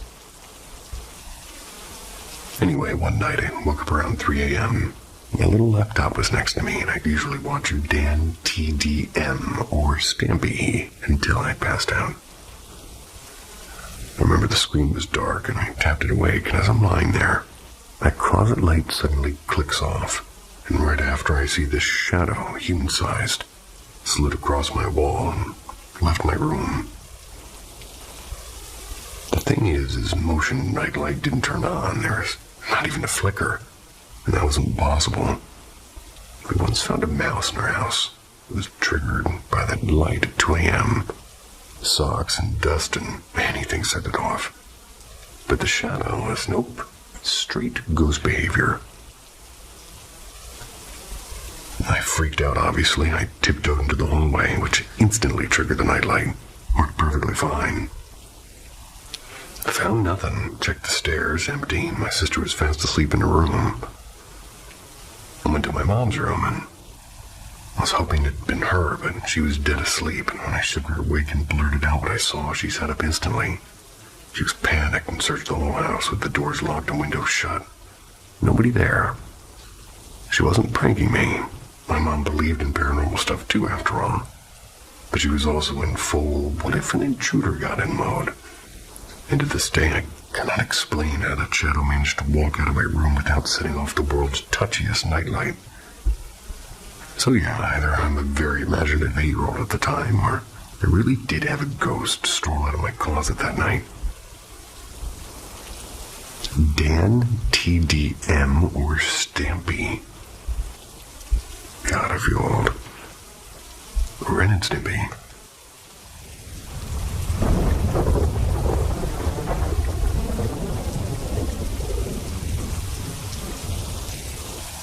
The thing on the roof. I think it was 7th grade. Somewhere, maybe around 12, and honestly, feels like another lifetime. My parents were divorced, and that weekend I was at my dad's place in Ohio. He lived in this split-level house with a big deck in the back, looked out onto a stretch of dark woods. Bedrooms lined the top floor, and mine was across from his, and little guest rooms sat at the very end of the hall. That night, my dad and baby brother crashed early, and I was still awake, sprawled out in my bed, watching late-night cartoons with the volume turned low. It's probably around midnight, maybe later. I remember lying on my side, half asleep, when I heard it. A heavy thud on the roof. At first, I thought it was a branch falling. Or a raccoon. Raccoons are popular. But then, I kid you not, I heard footsteps. They were deliberate and right above me, and the sound of something pacing, and my stomach tightened. Before I could even sit up, the entire house went dark. The TV cut off, the hallway nightlight blinked out, and even the little hum of the fridge downstairs died. And that's when fear hit me like a punch in the chest. I couldn't move, and not even a twitch. I just froze there under the blanket. My body was locked up. Then came the sound from the guest room at the end of the hall, like something was shifting around in there. I was sure somebody had broken in. My heart was hammering. Braced myself to hear footsteps in the hallway, but what I saw instead is burned into my memory. Stepped out of the guest room, and it wasn't human. It was like 6 feet tall, and its whole form was glowing faintly, like mist-giving shapes. Human shapes, but wrong. This movement didn't flow right, like its joints bent where they shouldn't be. It bolted down the hall toward the stairs, too fast. The sound it made on hardwood wasn't like shoes, not like bare feet, more like claws tapping wood. I wanted to scream for my dad, but nothing came out. My throat was locked tight. I just lay there paralyzed, listening as it tore down the steps and vanished. For minutes I heard nothing, just the silence of a house that should have felt safe. And then, as suddenly as it had gone out, the power flicked back on. The digital clock beside my bed flashed like it had been reset. I stayed up the rest of the night glued to the TV, trying to pretend it hadn't happened. I never told my dad. He wasn't the kind of guy who'd believe me anyway.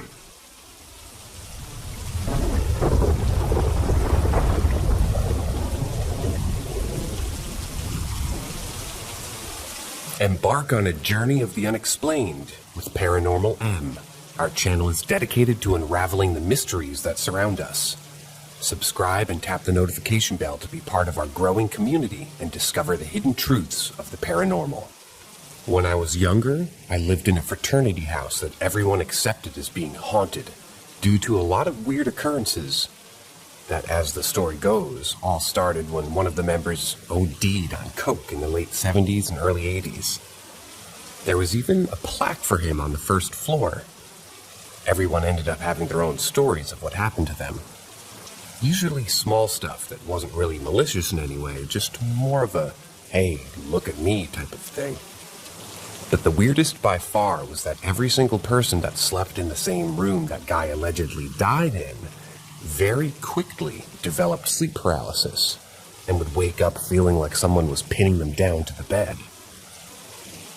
I had a few very minor experiences, like things moving or paper towel dispensers going off on their own, but the most concrete for me was when I was walking down to the basement one day in the summer, when hardly anyone was in the house. As I was going down the stairs, I saw the shadow of a figure move into the boiler room and the door swung behind it. I thought it was a bit odd, mainly because I was one of the only people there at the time, and the light in the boiler room was turned off. So I was a bit confused as to how a shadow could have been projected. I went into the boiler room and flipped on the lights, but there was nothing there. I searched that room top to bottom, couldn't find any evidence that someone was in there.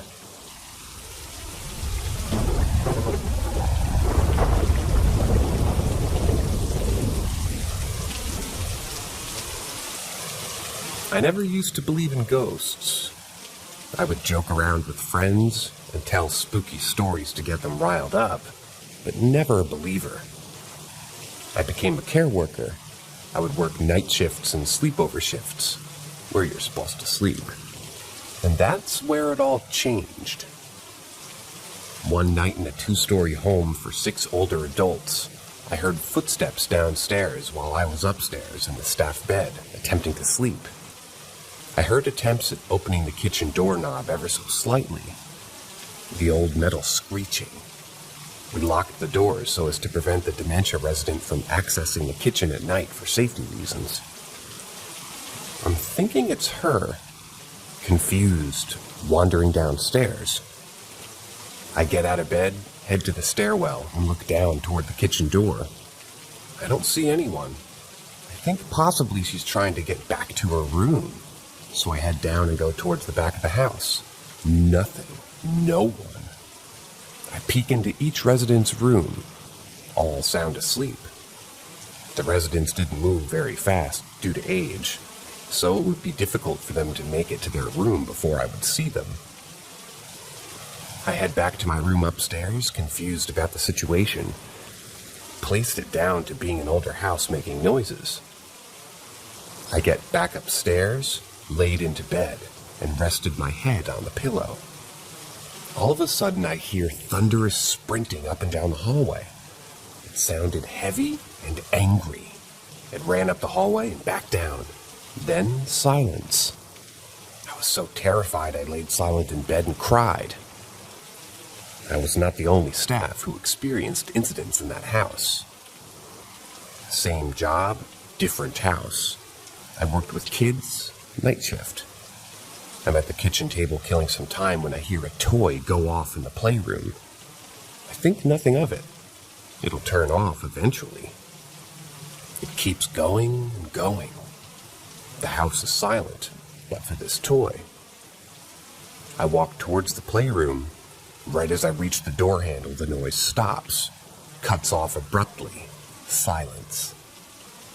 Weird coincidence, I think nothing more. I go back to the kitchen. My butts touch the chair for less than a second and the toy begins again. I again think it will shut off itself, but it persists. I go to the door, it stops.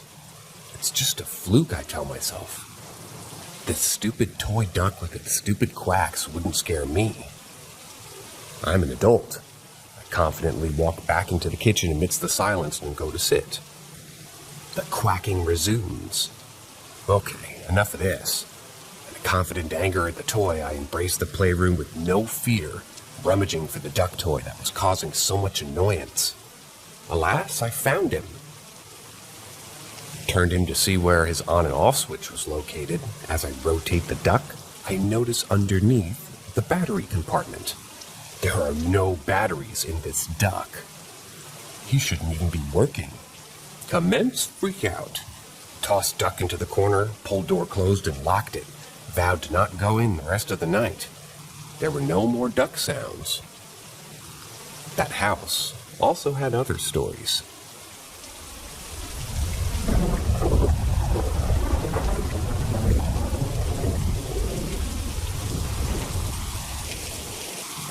I have two incidents that both took place in my boyfriend's parents' house. When we started dating, he still lived with his parents, since we were just out of high school. The first incident took place when I accidentally fell asleep in his bed one night. I woke up at 3 a.m. and decided to walk home. At this point, it was me, him, his sister, and parents at home. All the bedrooms on one side of the house, and the kitchen/office in across the hallway. So I'm at the door trying to find my coat when I hear something rustle in the kitchen. It sounded like someone threw some cutlery on the floor. I assumed it was his father coming from his office and peeked into the kitchen.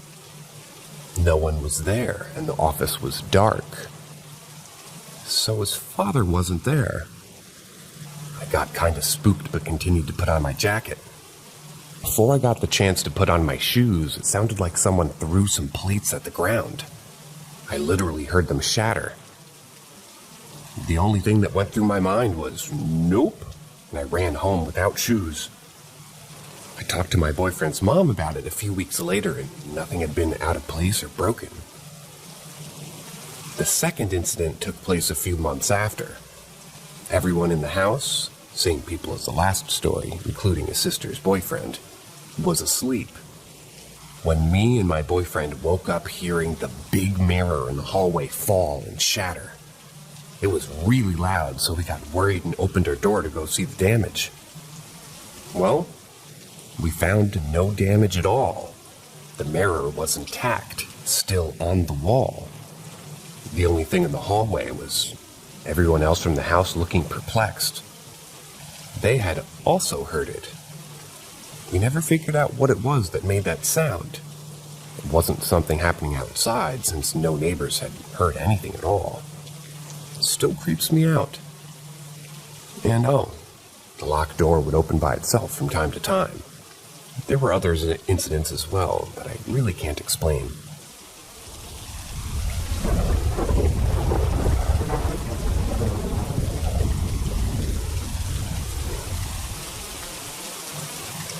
We would very frequently have a sense of anxiety and foreboding in the house, which on its own isn't paranormal, but certainly made it a very uneasy stay being there. I read somewhere that radon exposure can cause anxiety, and the house did have radon problems, so maybe that could have been it. But I also would hear footsteps around the house when I was the only one there, and just constantly felt like someone was watching me. My dad got the worst of it and claimed he would hear sounds coming from the basement at night. His bedroom was right near it, whereas mine was upstairs. So I never heard any of it, but I'm an extremely deep sleeper. Then the traditional slams, bangs, and crashes throughout the house. My dad also claimed that he would hear knocking on the cellar door. Sometimes he would hear a woman screaming.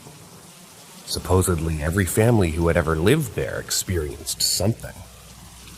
There are 3 distinct things that stand out. The night before we moved out, my dad claims he woke up because he felt a sudden hard tapping on his head. My brother's girlfriend was staying over and my dad and me were gone. We came back to find that his girlfriend's daughter was terrified because she saw a shadow in the corner of the room. We chalked it up to a kid's imagination running wild. One time my dad was practicing with his band in the basement and was expecting me to be back from a Christmas party. He claims he heard heavy footsteps from upstairs and thought it was me. So he went upstairs to greet me, and no one was home. I got home about a half an hour later. It got to the point where my dad had the house blessed, and the priest claims to have been terrified and refused to go into the house at first. This was around the time I was becoming an atheist, so I didn't really believe in any of that.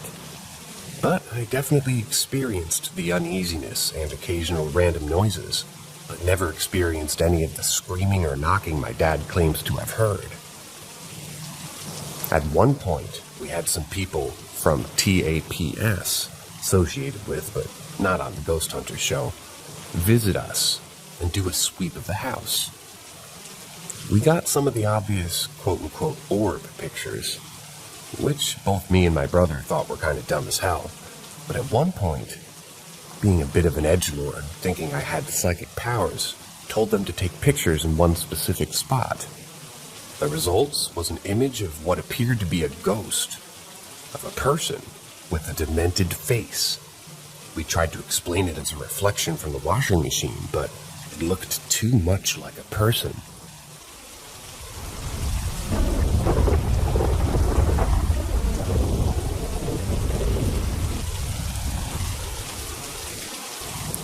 My husband and I own a martial arts school, and the building that it's in, which we also own, is about 130 years old, next to a church. And I never, and still don't really, there's been another explanation, believe in a paranormal, but the things that happened in it didn't just happen to me. It was a decrepit, which is why it was so cheap to purchase, and we basically did all the work ourselves, old, creaky, and drafty. Still knob and tube that we had to get an electrician to change out. So here's a bunch of things that happened. When we'd be working with like drills and electric saws, I hear the tinkling of a music box, and I stop everyone to ask if they hear it too. No one else did, so I assumed it must have been some music from the church coming through. My husband would often hear a woman's voice calling his name from the bottom of the stairs. It's 2 floors, a basement, and a loft.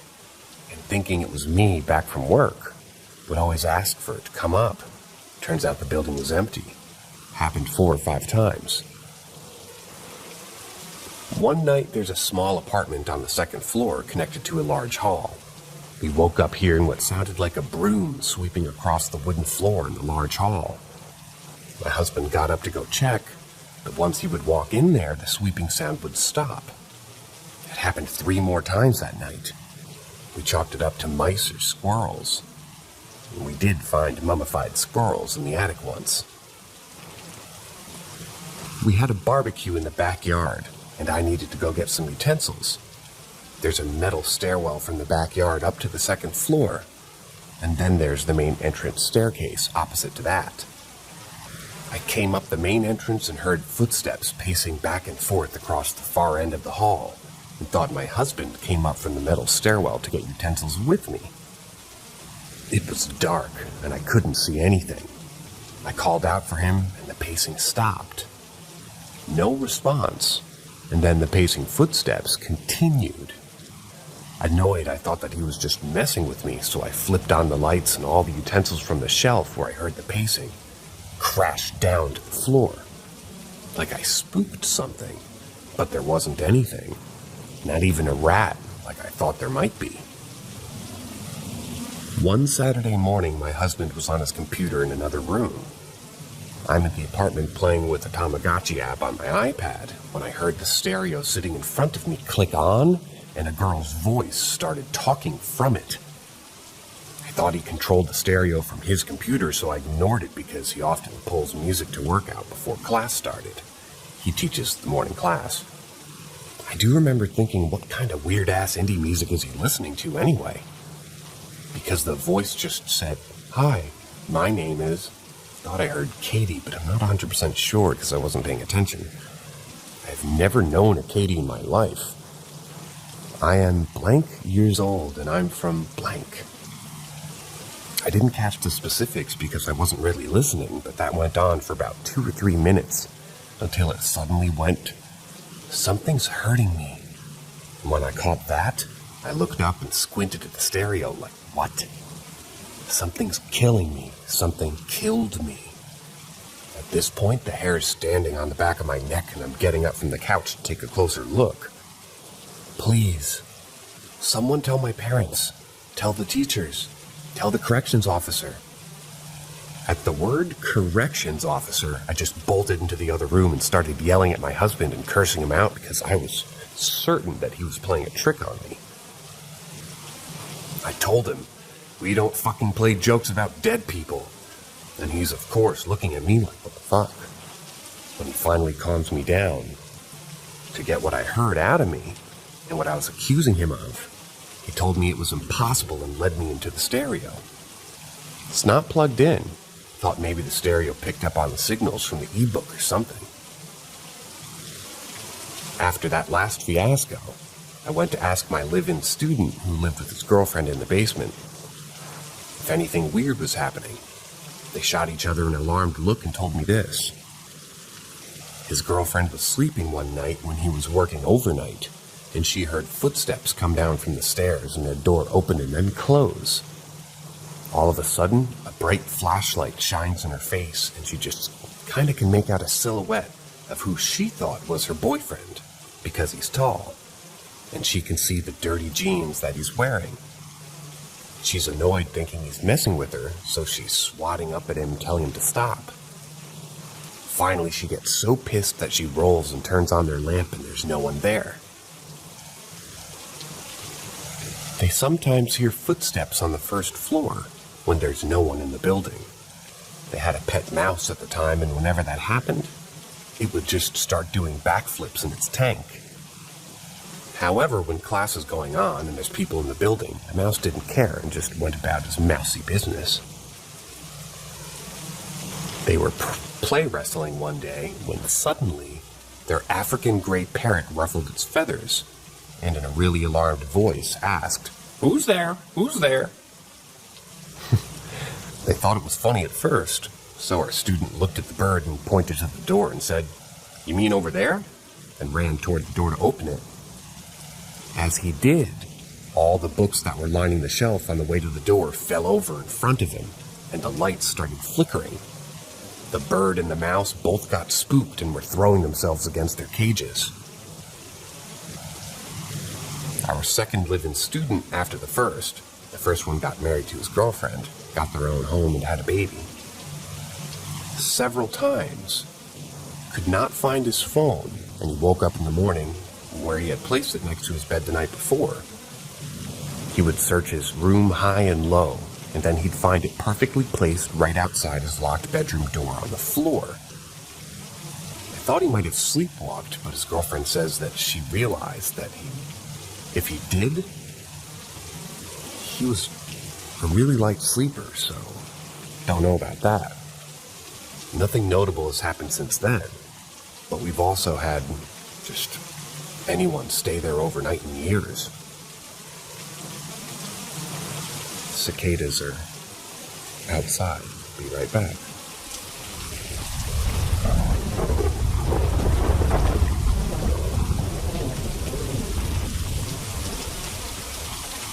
I lived in a house that seemed to be haunted by doppelgangers. Every event that happened never involved some mysterious figure, but a known person being in the place where they shouldn't have been. Here's a few examples. I was a teenager at the time, and I was instant messaging my girlfriend at that same time with my webcam turned on.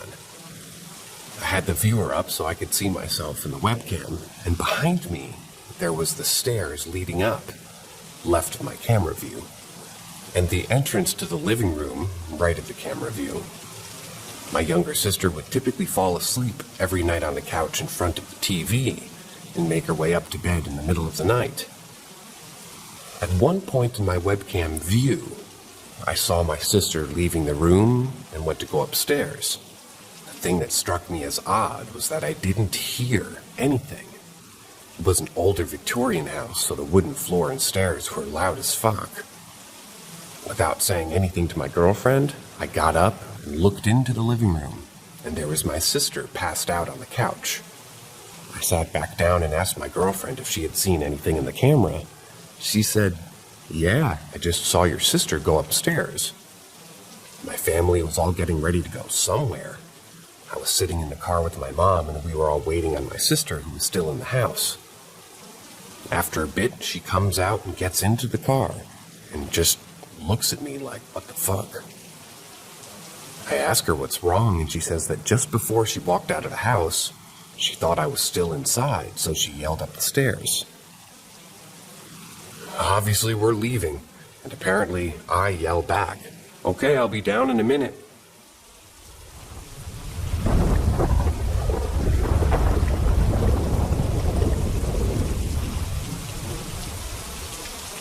Is it possible a ghost lives in my house?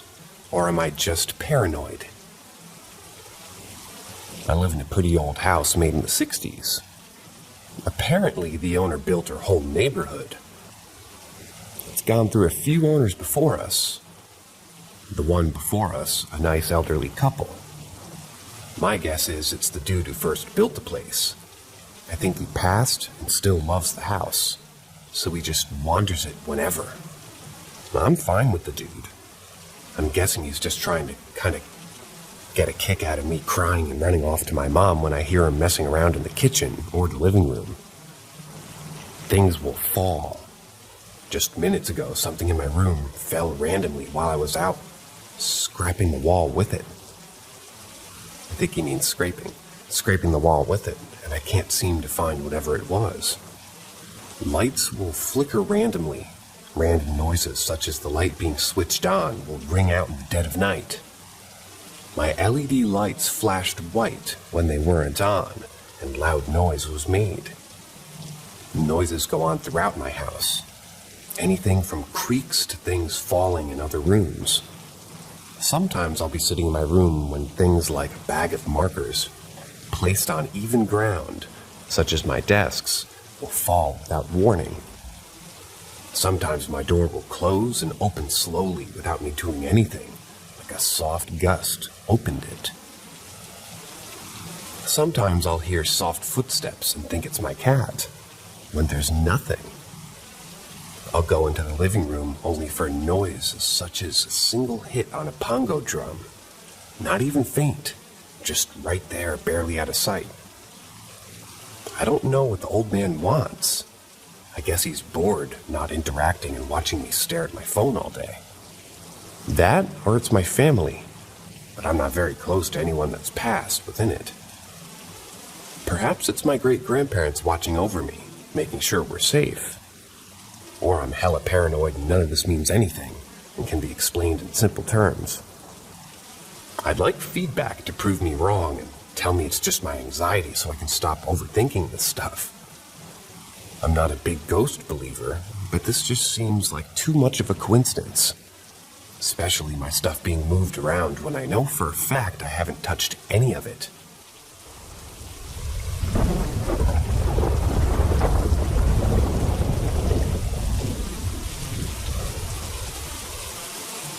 Cursed land, haunted forest, demon. My wife's uncle, Jay, bought some land just north of Spokane, Washington, with a friend of the family that we're going to call Kay. They got it at a significant discount because a nearby aluminum smelter had polluted the ground and it was impossible to use the water beneath the ground. They had set up 2 plots and each had a camper to live in. Jay had been progressively getting paranoid and saying people were stalking him and watching him in the trees.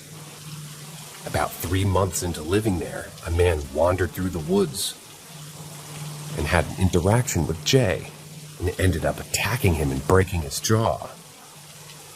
Upon being arrested, the man said that he was overcome with the desire to see if he could kill him with a single punch. Weird. 2 months later, Jay was murdered in his sleep on the couch in his camper. Kay found him and immediately ran as far away until he stopped to call the police. There was sufficient evidence of who did it, and they quickly caught the killer, who's a 19-year-old boy who said he simply wanted his bike. He beat him to death with the power tool that was lying on the floor nearby. Completely bashed his brains in. Kay was completely terrified at all times to be there alone. He had moved in with a family member until 8 months later. He ended up with nowhere else to go and had to return. In constant fear, he finally convinced my pregnant wife and I to come stay with him. The second I turned off the highway onto the property, I was overcome with dread. There were at least 250 crows covering the dirt road up to the property. I didn't sleep whatsoever the first night. I stared into the forest, searching for the cause of my intense fear. The energy of this place was so uncomfortable, and I assumed it was simply just knowing Uncle Jay was killed here. Even the days were eerie. Never did I have a moment where I didn't feel watched here. My wife and I always had the sense of fear, especially after dark. Things sort of normalized for a while, until one day Kay began puking and feeling very lightheaded all the time. I took him to the hospital, and they said that he was fine, probably a flu. At this point, it was the anniversary of Jay's murder. 3 days after the date of Jay's death, Kay comes running out of his camper, screaming. I can't breathe. Waking my wife, we just run up to see what's wrong. Kay had gotten into his car and floored it, crashing into a nearby tree. I run up and peer through the window to see the most intense and most primal fear I've ever seen in someone's eyes. He was gasping and clutching his chest. Moments later, he breathed out one last time, and he was dead.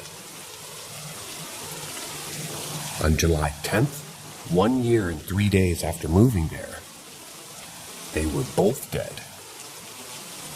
Now it's only me and the wife alone on the property. Every moment living in fear and not understanding what had happened here. I don't know why we didn't leave right away. One day I come out to get fresh water from a drum that we keep for water. To smell the worst smell I'd ever smelled. The water containing had a 1-inch opening on the top, and inside the water was bits and pieces of chipmunks, like spines and heads. They didn't fall in. Something ripped them apart before putting them inside. The nights were getting worse and worse. I never saw anything, just always filled with unease, hearing crashing and footsteps every night. One night my wife and I returned home to having the worst feeling I've ever felt. Everything looked different. Although everything was right where we had left it, nothing seemed in place. Looking around, I suddenly see this orange, long-haired, manged cat sitting on a stump. This cat's eyes were so intense, fiery, almost glowing, but not quite. We start hearing branches snapping, pine needles crunching, seemingly from every direction. I'm still staring at this cat, almost frozen in fear. Suddenly, a voice breaks out, echoing throughout the forest. Hello, is anyone out there? A little girl, I thought, but something was off. My wife yells back, Hello, are you okay? Anybody? The voice had changed. Help me! We yell back several times with no response. Somebody fucking help me! The most intense shrieking. Evil sounding. I'm filled with more intense fear than I can even describe. But my wife, she's overcome with the need to find this person. She started to head off into the forest without a word. I grabbed her by the arm and tell her something isn't right. Why won't she respond to us? She tries to break free from me to go off alone. I tell her to get into the truck and I'll grab the spotlights. We aren't going on foot. We rolled the windows down and shined my intensely bright flashlights throughout the forest. We slowly creep down the road yelling back. As we get further down the road, the voice strikes out. "Please, won't anyone fucking help?" Sounds are difficult to pin down in the woods, but this one was very close. I hit the brakes and stop immediately. We shine the lights and yell back, searching. No sign of anyone. When suddenly, the voice explodes into the cabin of the vehicle as if they were standing right outside my window. "Help me! Somebody fucking help!" Leaving my ears hurting and ringing. I hit the gas and didn't look back. Called the police when I hit the highway. And afterwards, they said that there was no one around. I picked up our stuff the next day and my wife gave birth the following day. We never stayed there again after the baby was born. What the hell? What the hell could do these things?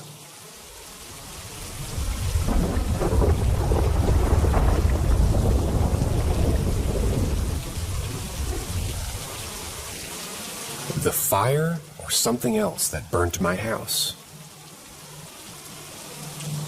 So let me explain what happened. Even if I'm scared to have some answers, I'm going to ask for your help, because I need those answers. I had multiple encounters since the first memories I have.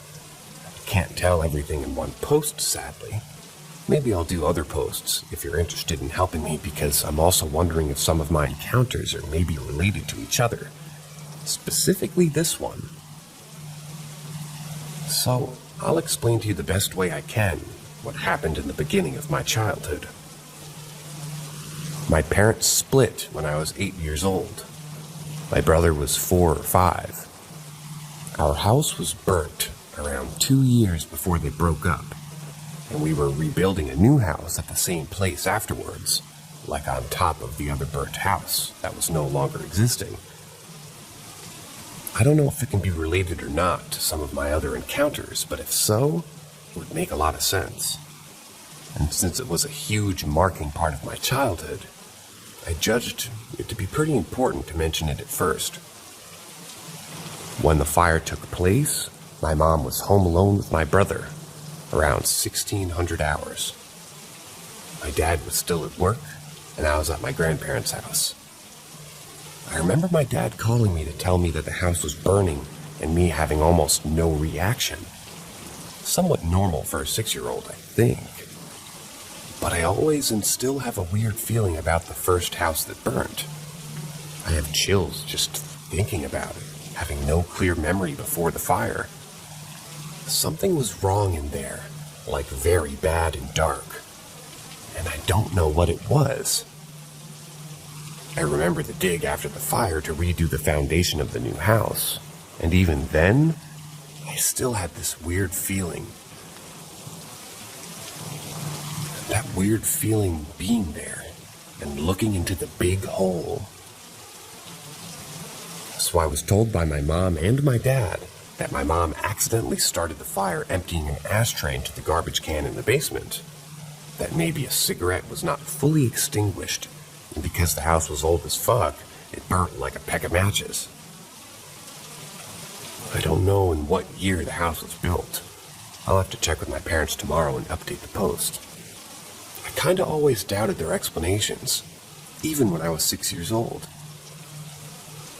What makes it weirder to me is that even if I asked my mother 100 times if she ever encountered something before or after the fire, anywhere, anything, she always told me that she didn't want to talk or hear about paranormal stuff, and preferred to not believe in it at all, which gives it power. I still told her many things that I experienced or witnessed since, but she always stopped me or put her hands on her ears, so never gone deep in what happened to me, which scared me even more. My dad always had an open mind, and still has, just not that much into paranormal stuff. He never doubted me when I talked to him about my encounters, but he didn't give me explanations or anything. He always told me that those things that we have no power of actions, and that they just happen sometimes, and that they're not dangerous because they can't reach us or hurt us because we're protected by our guardian angels. But each time I asked him about the fire, he always told me the same thing, that my mom caused it by accident. but he always had and have what seems to be a fear or sadness in his eyes. Just very weird. My dad's a strong and tall man, so out of habit for him, to say the least. I never insisted further after his responses, because I knew and know in my heart that it still's triggering him to this day. I know my mom would never intentionally set fire to the house. She's mentally totally fine. I think, or I know, that it's something else. I don't believe in the accidental fire, because none of my parents were giving me stories enough to convince me. It always seemed to me that they were both keeping things for them, and I just always knew deep inside it was something else. I don't know if I'm an empath or what, but I know what I'm feeling and seeing, and some of these other people can't. I had a lot of encounters, but I'm still concerned about that house, the fire, and what caused it.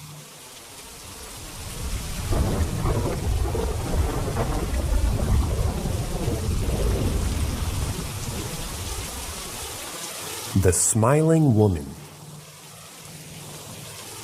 My siblings and I seem to have all had experiences with the same spirit. My sister and I have only caught a glimpse, but my brother's gotten a good look many times. The spirit has a stereotypical horror movie look to it. It appears as a pale woman, average height, thin with long dark hair, down to at least her waist. Her hair is dirty, oily down to its ends, so it almost looks wet. She wears a white dress or gown, also very dirty and yellowed. Her feet are dirty too. She seems to always appear barefoot. Her skin is sickly white and veiny. I also saw her once and got the impression that she was ill, like physically diseased. My brother's the only one of us who's seen her face. He says anytime he's seen her, she's looking right at him, usually standing over him when he's laying down or looming behind him, smiling excessively, like she means to taunt him. He woke up to see her standing beside his bed, most nights, for a year or more. She says she made him too scared to move, that she was smiling but looked like she hated him. I think he said she whispered something to that effect to him before, but even saw her in the backseat of his car once and almost crashed. I've only seen her once in a dream. In the dream, I'm standing in the bedroom, and 3 of us had to share the small apartment that we moved into right after our parents divorced. It's dark in the room, but I can see the lamp in the living room is on, so I walk to it. Standing in the living room, I see that the light is on in the kitchen. The kitchen had a bar above the countertop and a row of cabinets drilled into the ceiling. So they made a long, narrow window. The woman was suspended in the air, lying flat like on a bed. The first thing I saw was her oily hair dangling. Then I noticed the backs of her arms and hands, her dress hanging from her, the backs of her calves, and the dirty black heels of her feet. She was high enough off the ground that the upper cabinets blocked everything else.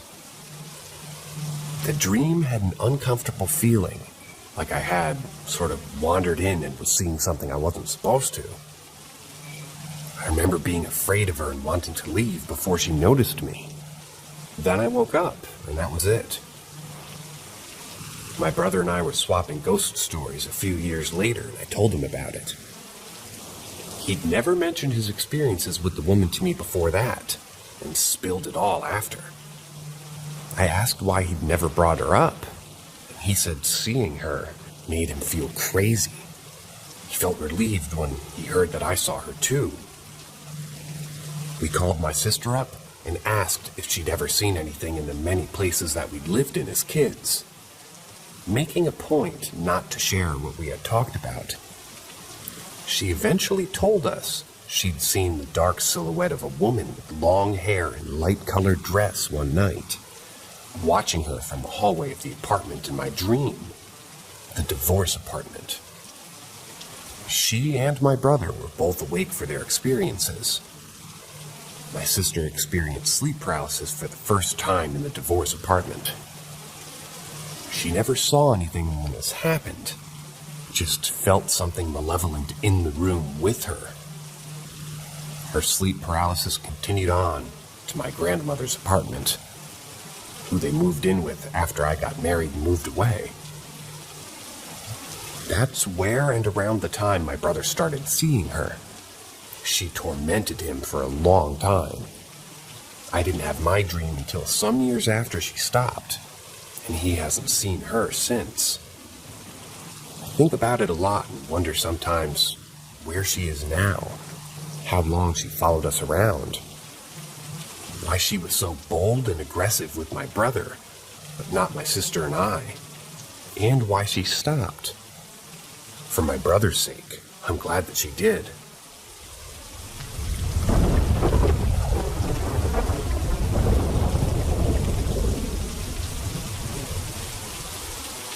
Spirit in my apartment, but I'm the only one affected. So I had been staying at my boyfriend's apartment for several months before I officially moved in around the middle of May. Everything was fine, and I felt no need to be nervous or scared. Then a couple of weeks later, weird stuff started happening. Everything started out pretty simple, with items moving to different places when they were gone for a bit. I just thought maybe I was crazy and forgot where I'd put the stuff. Then bowls falling in the kitchen. They'd fall so far, they'd end up in the hallway. A few minutes after a bowl would fall, my cat would stare at something a few feet away from me and hiss. She was genuinely terrified and was shaking. Then I started hearing the knocking. It's always in sets of threes, and it's always a pretty quick but consistent knock. It would happen randomly throughout the day, and was just in random walls or doors throughout the house. Yesterday, however, really freaked me out. My boyfriend convinced me that we had a mouse or something in the house, and I agreed. I had set a cup on the floor next to my bed, because we don't currently have a bedside table. I'm relaxing and I hear a noise like the cup being pushed. I thought it was the cat and I tried to ignore it. It happened again and again until I looked up and saw the cup moving across the floor on its own. As soon as I picked up the cup, I heard clothes falling in the closet and the 3 knocks on the closet door. I felt a pain in my chest, like someone was pushing hard, and I bolted out of the house. The problem here is that everyone thinks I'm crazy. It only ever happens when I'm alone in the house, or when I'm the only one awake. I tried using sage. That only seemed to make whatever it is more active. I'm at a loss for what to do, and I hate feeling like I'm insane when I know what I'm seeing and hearing. I just don't know what to do at this point.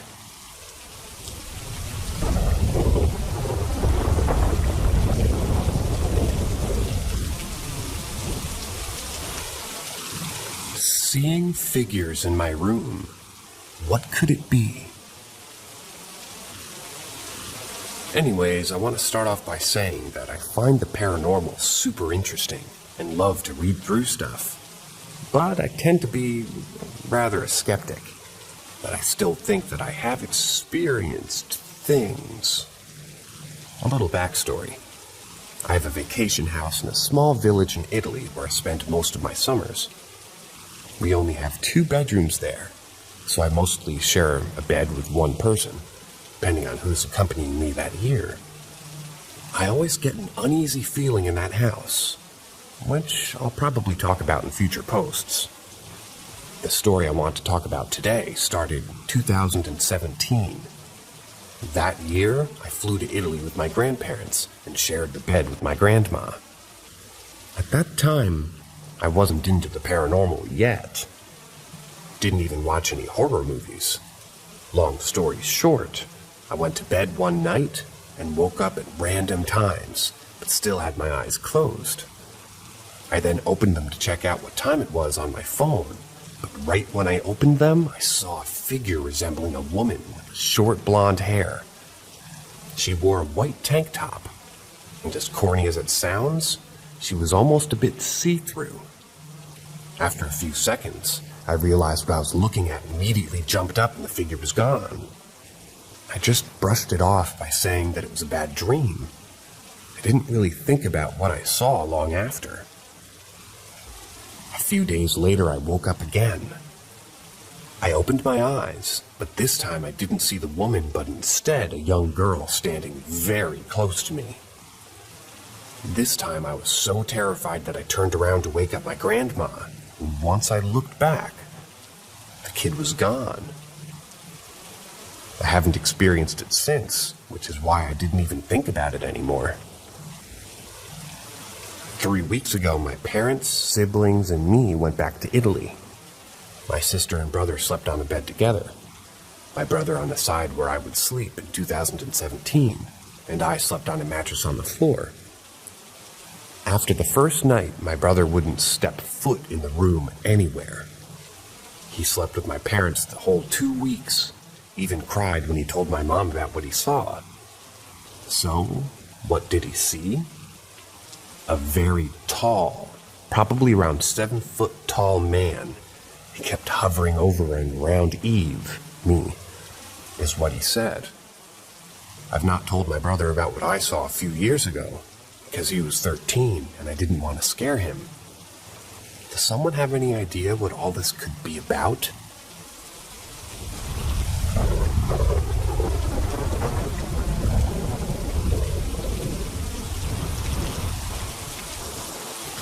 Ghost Boy and Shadows at our old house. When I was smaller, we lived in a typical suburban type house with a pool and a very large yard. I wouldn't call the house haunted, but there were a few weird things going on that I'd like to share. This happened to me around the ages of 7 to 10 years of age, as we moved out to another town when I was 10. There were 3 activities that took place. From the living room, you could see out into the dining room. There was a 3-seater couch that sort of defined the bounds of the 2 spaces. I initially thought my eyes were playing a trick, but occasionally while playing in the living room, I would notice a short boy walk past the couch. However, you would see nothing but only the top of his head. Think of Dennis the Menace haircut, except his hair was more of a hazelnut color. I would see this boy walking past the couch at least weekly. It looked exactly like another person would. It was only some months later, when my mother was sitting with me in the living room, both staring out toward the dining room, that I noticed the boy's head walk past the couch and my mother reacting to it, and asked if I had seen a child walk past. That was when I told her that I see him fairly often, but I don't ever see him in any other part of him other than his head. She also admitted that she would see something from the corner of her eyes at times, but thought it was just her imagination. Later on, my brother, a year younger, also confirmed that he would see the boy. It was really weird, because it was just the top of his head you would see. You'd never see his eyes. You would never stop. He never ever called out to anyone or made a sound. Always just a head walking past the couch. I never felt any presence or anything weird. The second thing that would happen, which took place a couple times a year, was when I would play outside. I would hear call my name. It was more of a feminine voice. And it was like a loud whisper, but from the distance. This always happened when I was alone in the yard. It was definitely not my mother, as sometimes my mother was gone out shopping or at work.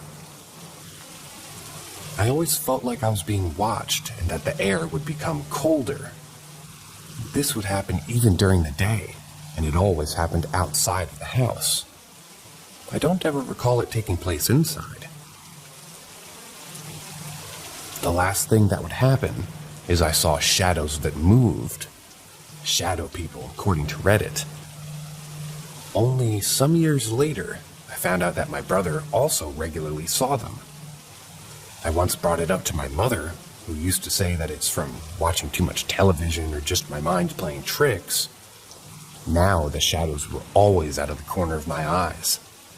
Like as soon as you try to focus on them, they would disappear around corners. Or if I was walking down the passageway and I turn around, I would see closer to me about a meter or so, but it would run away and disappear around the corner or behind a door. I felt as if I caught them red-handed, and they would scurry away as they were too afraid to be seen. It was always one shadow at a time, but I got the feeling that it was a different shadow being, not one constant one. They were slightly skinny, and I could never see the outline of any clothing items. I never saw shadows anywhere else except for that house. My brother was the only person to see them. My parents never did. I put that down to being kids or more sensitive to paranormal encounters.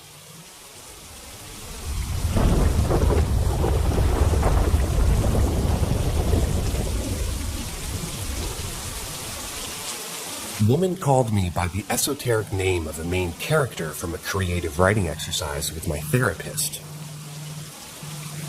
It didn't mean much at first, but then I started taking it more seriously when my therapist suggested I do so. The main character is obviously a stand-in for myself, and in true fashion struggles with being surrounded by violence and being forced to elicit it on others to defend himself, other people, and appear tough. The main character's name is very specific. I chose the name because its meaning is very specific to my experience. It's Latin, and it's totally different from my name. It's no longer in circulation. If you met someone with this name, you'd think they're a fucking freak. There was a middle-aged woman at the local mart that I felt strangely drawn toward. I often felt safe around her, which is important to me because I don't feel safe around a lot of people. We always had, and still have, brief friendly interactions. I always enter my rewards phone card number, and every time I do, my real name pops up in the screen, which is typical in Western.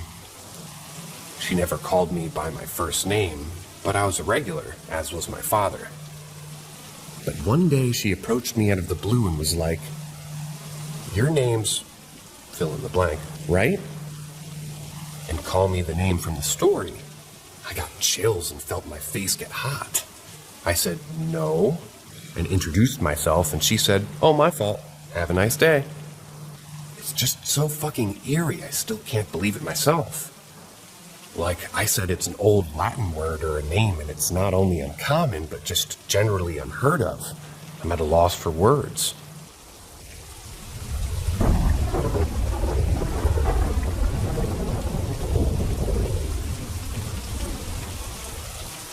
The figure in the rear view.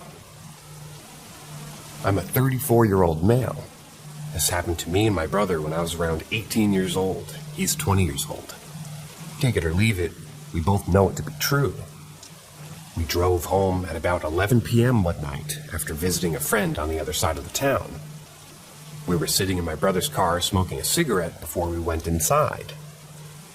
We lived in an old weatherboard house with a straight driveway about 15 meters long. Across the other side of the road from our driveway, a 10-foot-high brick fence had been freshly painted white, glaringly bright. The street we lived on was well lit, and we lived right next door to a Woolworths parking lot. House is 47 Smythe Street, Bungalow, Victoria. Sorry. House is 47 Smythe Street, Bungalow, Victoria, Australia. Now vacant for a long time. As we sat there smoking, my brother says to me, "Take a look in the rear view." I grabbed the mirror and turned it toward myself. Standing directly behind the car, just off the boundary of our driveway, was a solid black figure, perfectly contrasted against the white brick fence on the other side of the road. The figure looked to be a female with a jacket on, and her hair looked wet. I turned around to look at the figure and there was nothing there. I spun back around the figure but was still standing there in the mirror, faced directly towards us. I spun around again to look with my own eyes and once again there was nothing there. I turned for a final time back to the mirror and the solid black figure was still standing there, pointed directly to us, not 15 meters away. At this point, every hair on my body stood on end and my mind went into a state of complete confusion, disbelief, and non-acceptance. I jumped out of the car and ran to the spot where the figure should have been. I ran to the fence that's shared with the car park. The car park was empty. Nothing was on the street. Prior to my brother telling me to look, he had already done this triple take himself.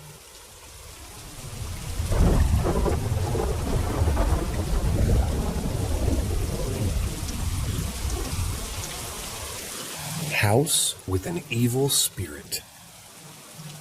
When I was 10, we had just moved into the nicest house we'd have ever been to that day. It was big, a huge sunken living room, bonus room off the kitchen, a great backyard. My parents rushed on buying it because it was such a good deal. Just a few days in, I saw a shadow figure that was about 3 feet tall, and it had a top hat of sorts. I'd catch it from the corner of my eye often, but especially near my brother's room. It seemed like it always was standing just in the doorway, and would be quick to get out of sight. Pictures on the wall would sort of lean more and more throughout the day, and I often heard door creaks and footprints, but more like a galloping cadence coming from the attic. One night my dad and I were watching TV. He was channel surfing and stopped on some show where people talked about their paranormal experience. I don't remember the show, but wish I did. Anyway, the person being interviewed mentions the shadow person that she's seeing, and it was exactly what I had been experiencing. Up until then, I didn't tell anyone because I didn't want to scare my younger siblings and my parents. Were kind of excited about the new house. I started to get really scared listening to it. So I told my dad about all I saw. He asked me where I saw it and other details, and I'll never forget how white he turned when he realized we both were seeing and hearing the same thing.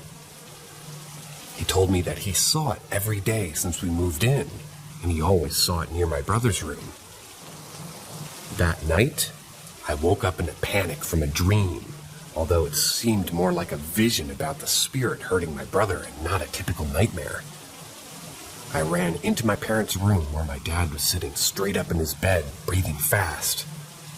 I told him about the dream, and before I could finish, he said he was hurting Peter. I said yes, but I wasn't sure because the shadow man just seemed to be next to the bed watching as my brother was being tended to by nurses. My dad had the exact same dream that same night.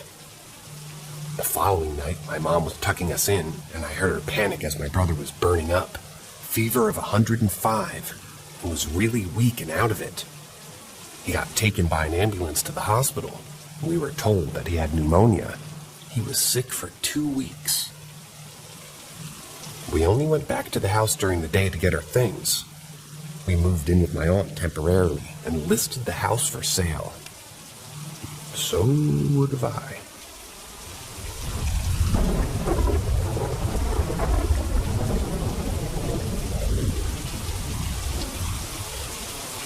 My cat visited. Smiley face. My 2-year-old boy passed away Thursday. He had a heart murmur that turned into CHF. Despite his illness, this was a kitty that loved to play, cuddle, explore, attack feet, and leave scars. He passed unexpectedly at the vet when I brought him in for an unrelated checkup. When he passed, I asked him to come visit me. I asked him to send me another kitty that was him when the time was right. I talk to him sometimes as if he were around, and I'm a firm believer that he is. Although yesterday during the day, I felt heavily like my house was incomplete without a third kitty. I had a long, ugly cry and looked at some pictures of him. His eyes stood out to me of how piercing they are. cut to this morning. I'm in that odd state of between sleep and semi-consciousness. I'm dreaming that I'm walking toward my dresser when something urges me to look behind me, and there he was. Storm was in his sideways loaf position, and we immediately made eye contact. That's when I knew it was him, just like in my dreams of my grandma. He looked healthy and rounder. And like in the dreams of her, this felt so real. Unfortunately, that's where my dream ends, as my mom's dog woke me up to let him in. I would have loved to spend some time with him, but it feels nice to know that he's around, to have a reminder that my house always does, in fact, have 3 kitties.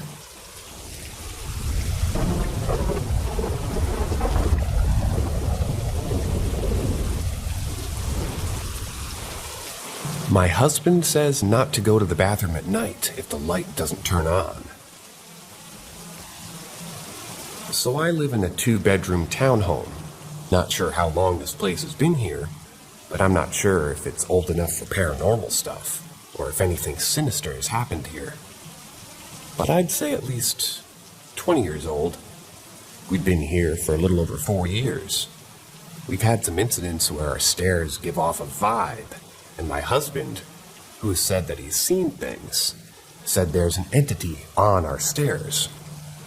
I'd say a couple of years back when I saw something reflect on our TV in the living room facing the stairs, but I can't be sure what it was. Nothing has ever really happened. We have cats.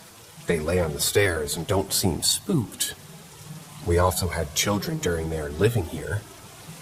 And I've had dreams before where a dark entity tried to attack my children and I pushed it back. Like used some weird force shit. My daughter says weird shit sometimes also, like the window is scary and they don't like the lights off. But I've chalked it up to kids being kids who are scared of the dark. Last night, though, was weird as fuck. I've always used a light to get from our bedroom to the bathroom, or just turned the hallway light on. And the bathroom is right next to the stairs. I've always turned the light on the stairs because, to be honest, it does freak me out a little bit for some reason. Like something watching me pee. But I also do it for the cats, because they have to go downstairs and eat and stuff. This time, though, I walked to my bathroom and turned the light on like always, except it didn't turn on. Now, I know what you're thinking. Well, it could be a faulty switch or the light bulb burned out, except there's 3 light bulbs, and they all didn't turn on. I wasn't exactly afraid, but thought it was weird. So I just went to pee and went to bed. Nothing happened. The next morning, the lights turn on. There was no blackout either because the hall lights were all on too. Well, I told my husband, and he looked at me all serious. He said, "Next time that happens, go back to bed or go to the other bathroom downstairs and don't look out the window." There's a window in the upstairs bathroom because they didn't put a vent in the bathroom. He didn't explain what exactly the entity was. So I came on here to see if there's some sort of lore of an entity that shuts off lights or something and takes people. Don't know if that helps with the lore. I'd also like to add, I think something does follow me or watch me sometimes. I get weird feelings at night. One time I used one of those heat and ghost finding app things that show you a trail or something. The whole screen filled up, which meant it was right on me. I get that feeling now, but I'm not super paranoid as a person. I'd be more likely to tell people to stop the shit before hiding under the covers and being scared. My husband and his mom, she's a witch, but not sure what kind, say they're seeing things. Now in her house, I've smelt strange things, which my husband says is a native. My nose and the instincts pick up on things, but not my sight. No smells in my own home, just flickers of things. I guess my question is, what the heck am I dealing with? I don't think it's hostile, just curious. Though my husband says don't interact, I'm still gonna pee in my own bathroom. Ain't no way I'm going downstairs.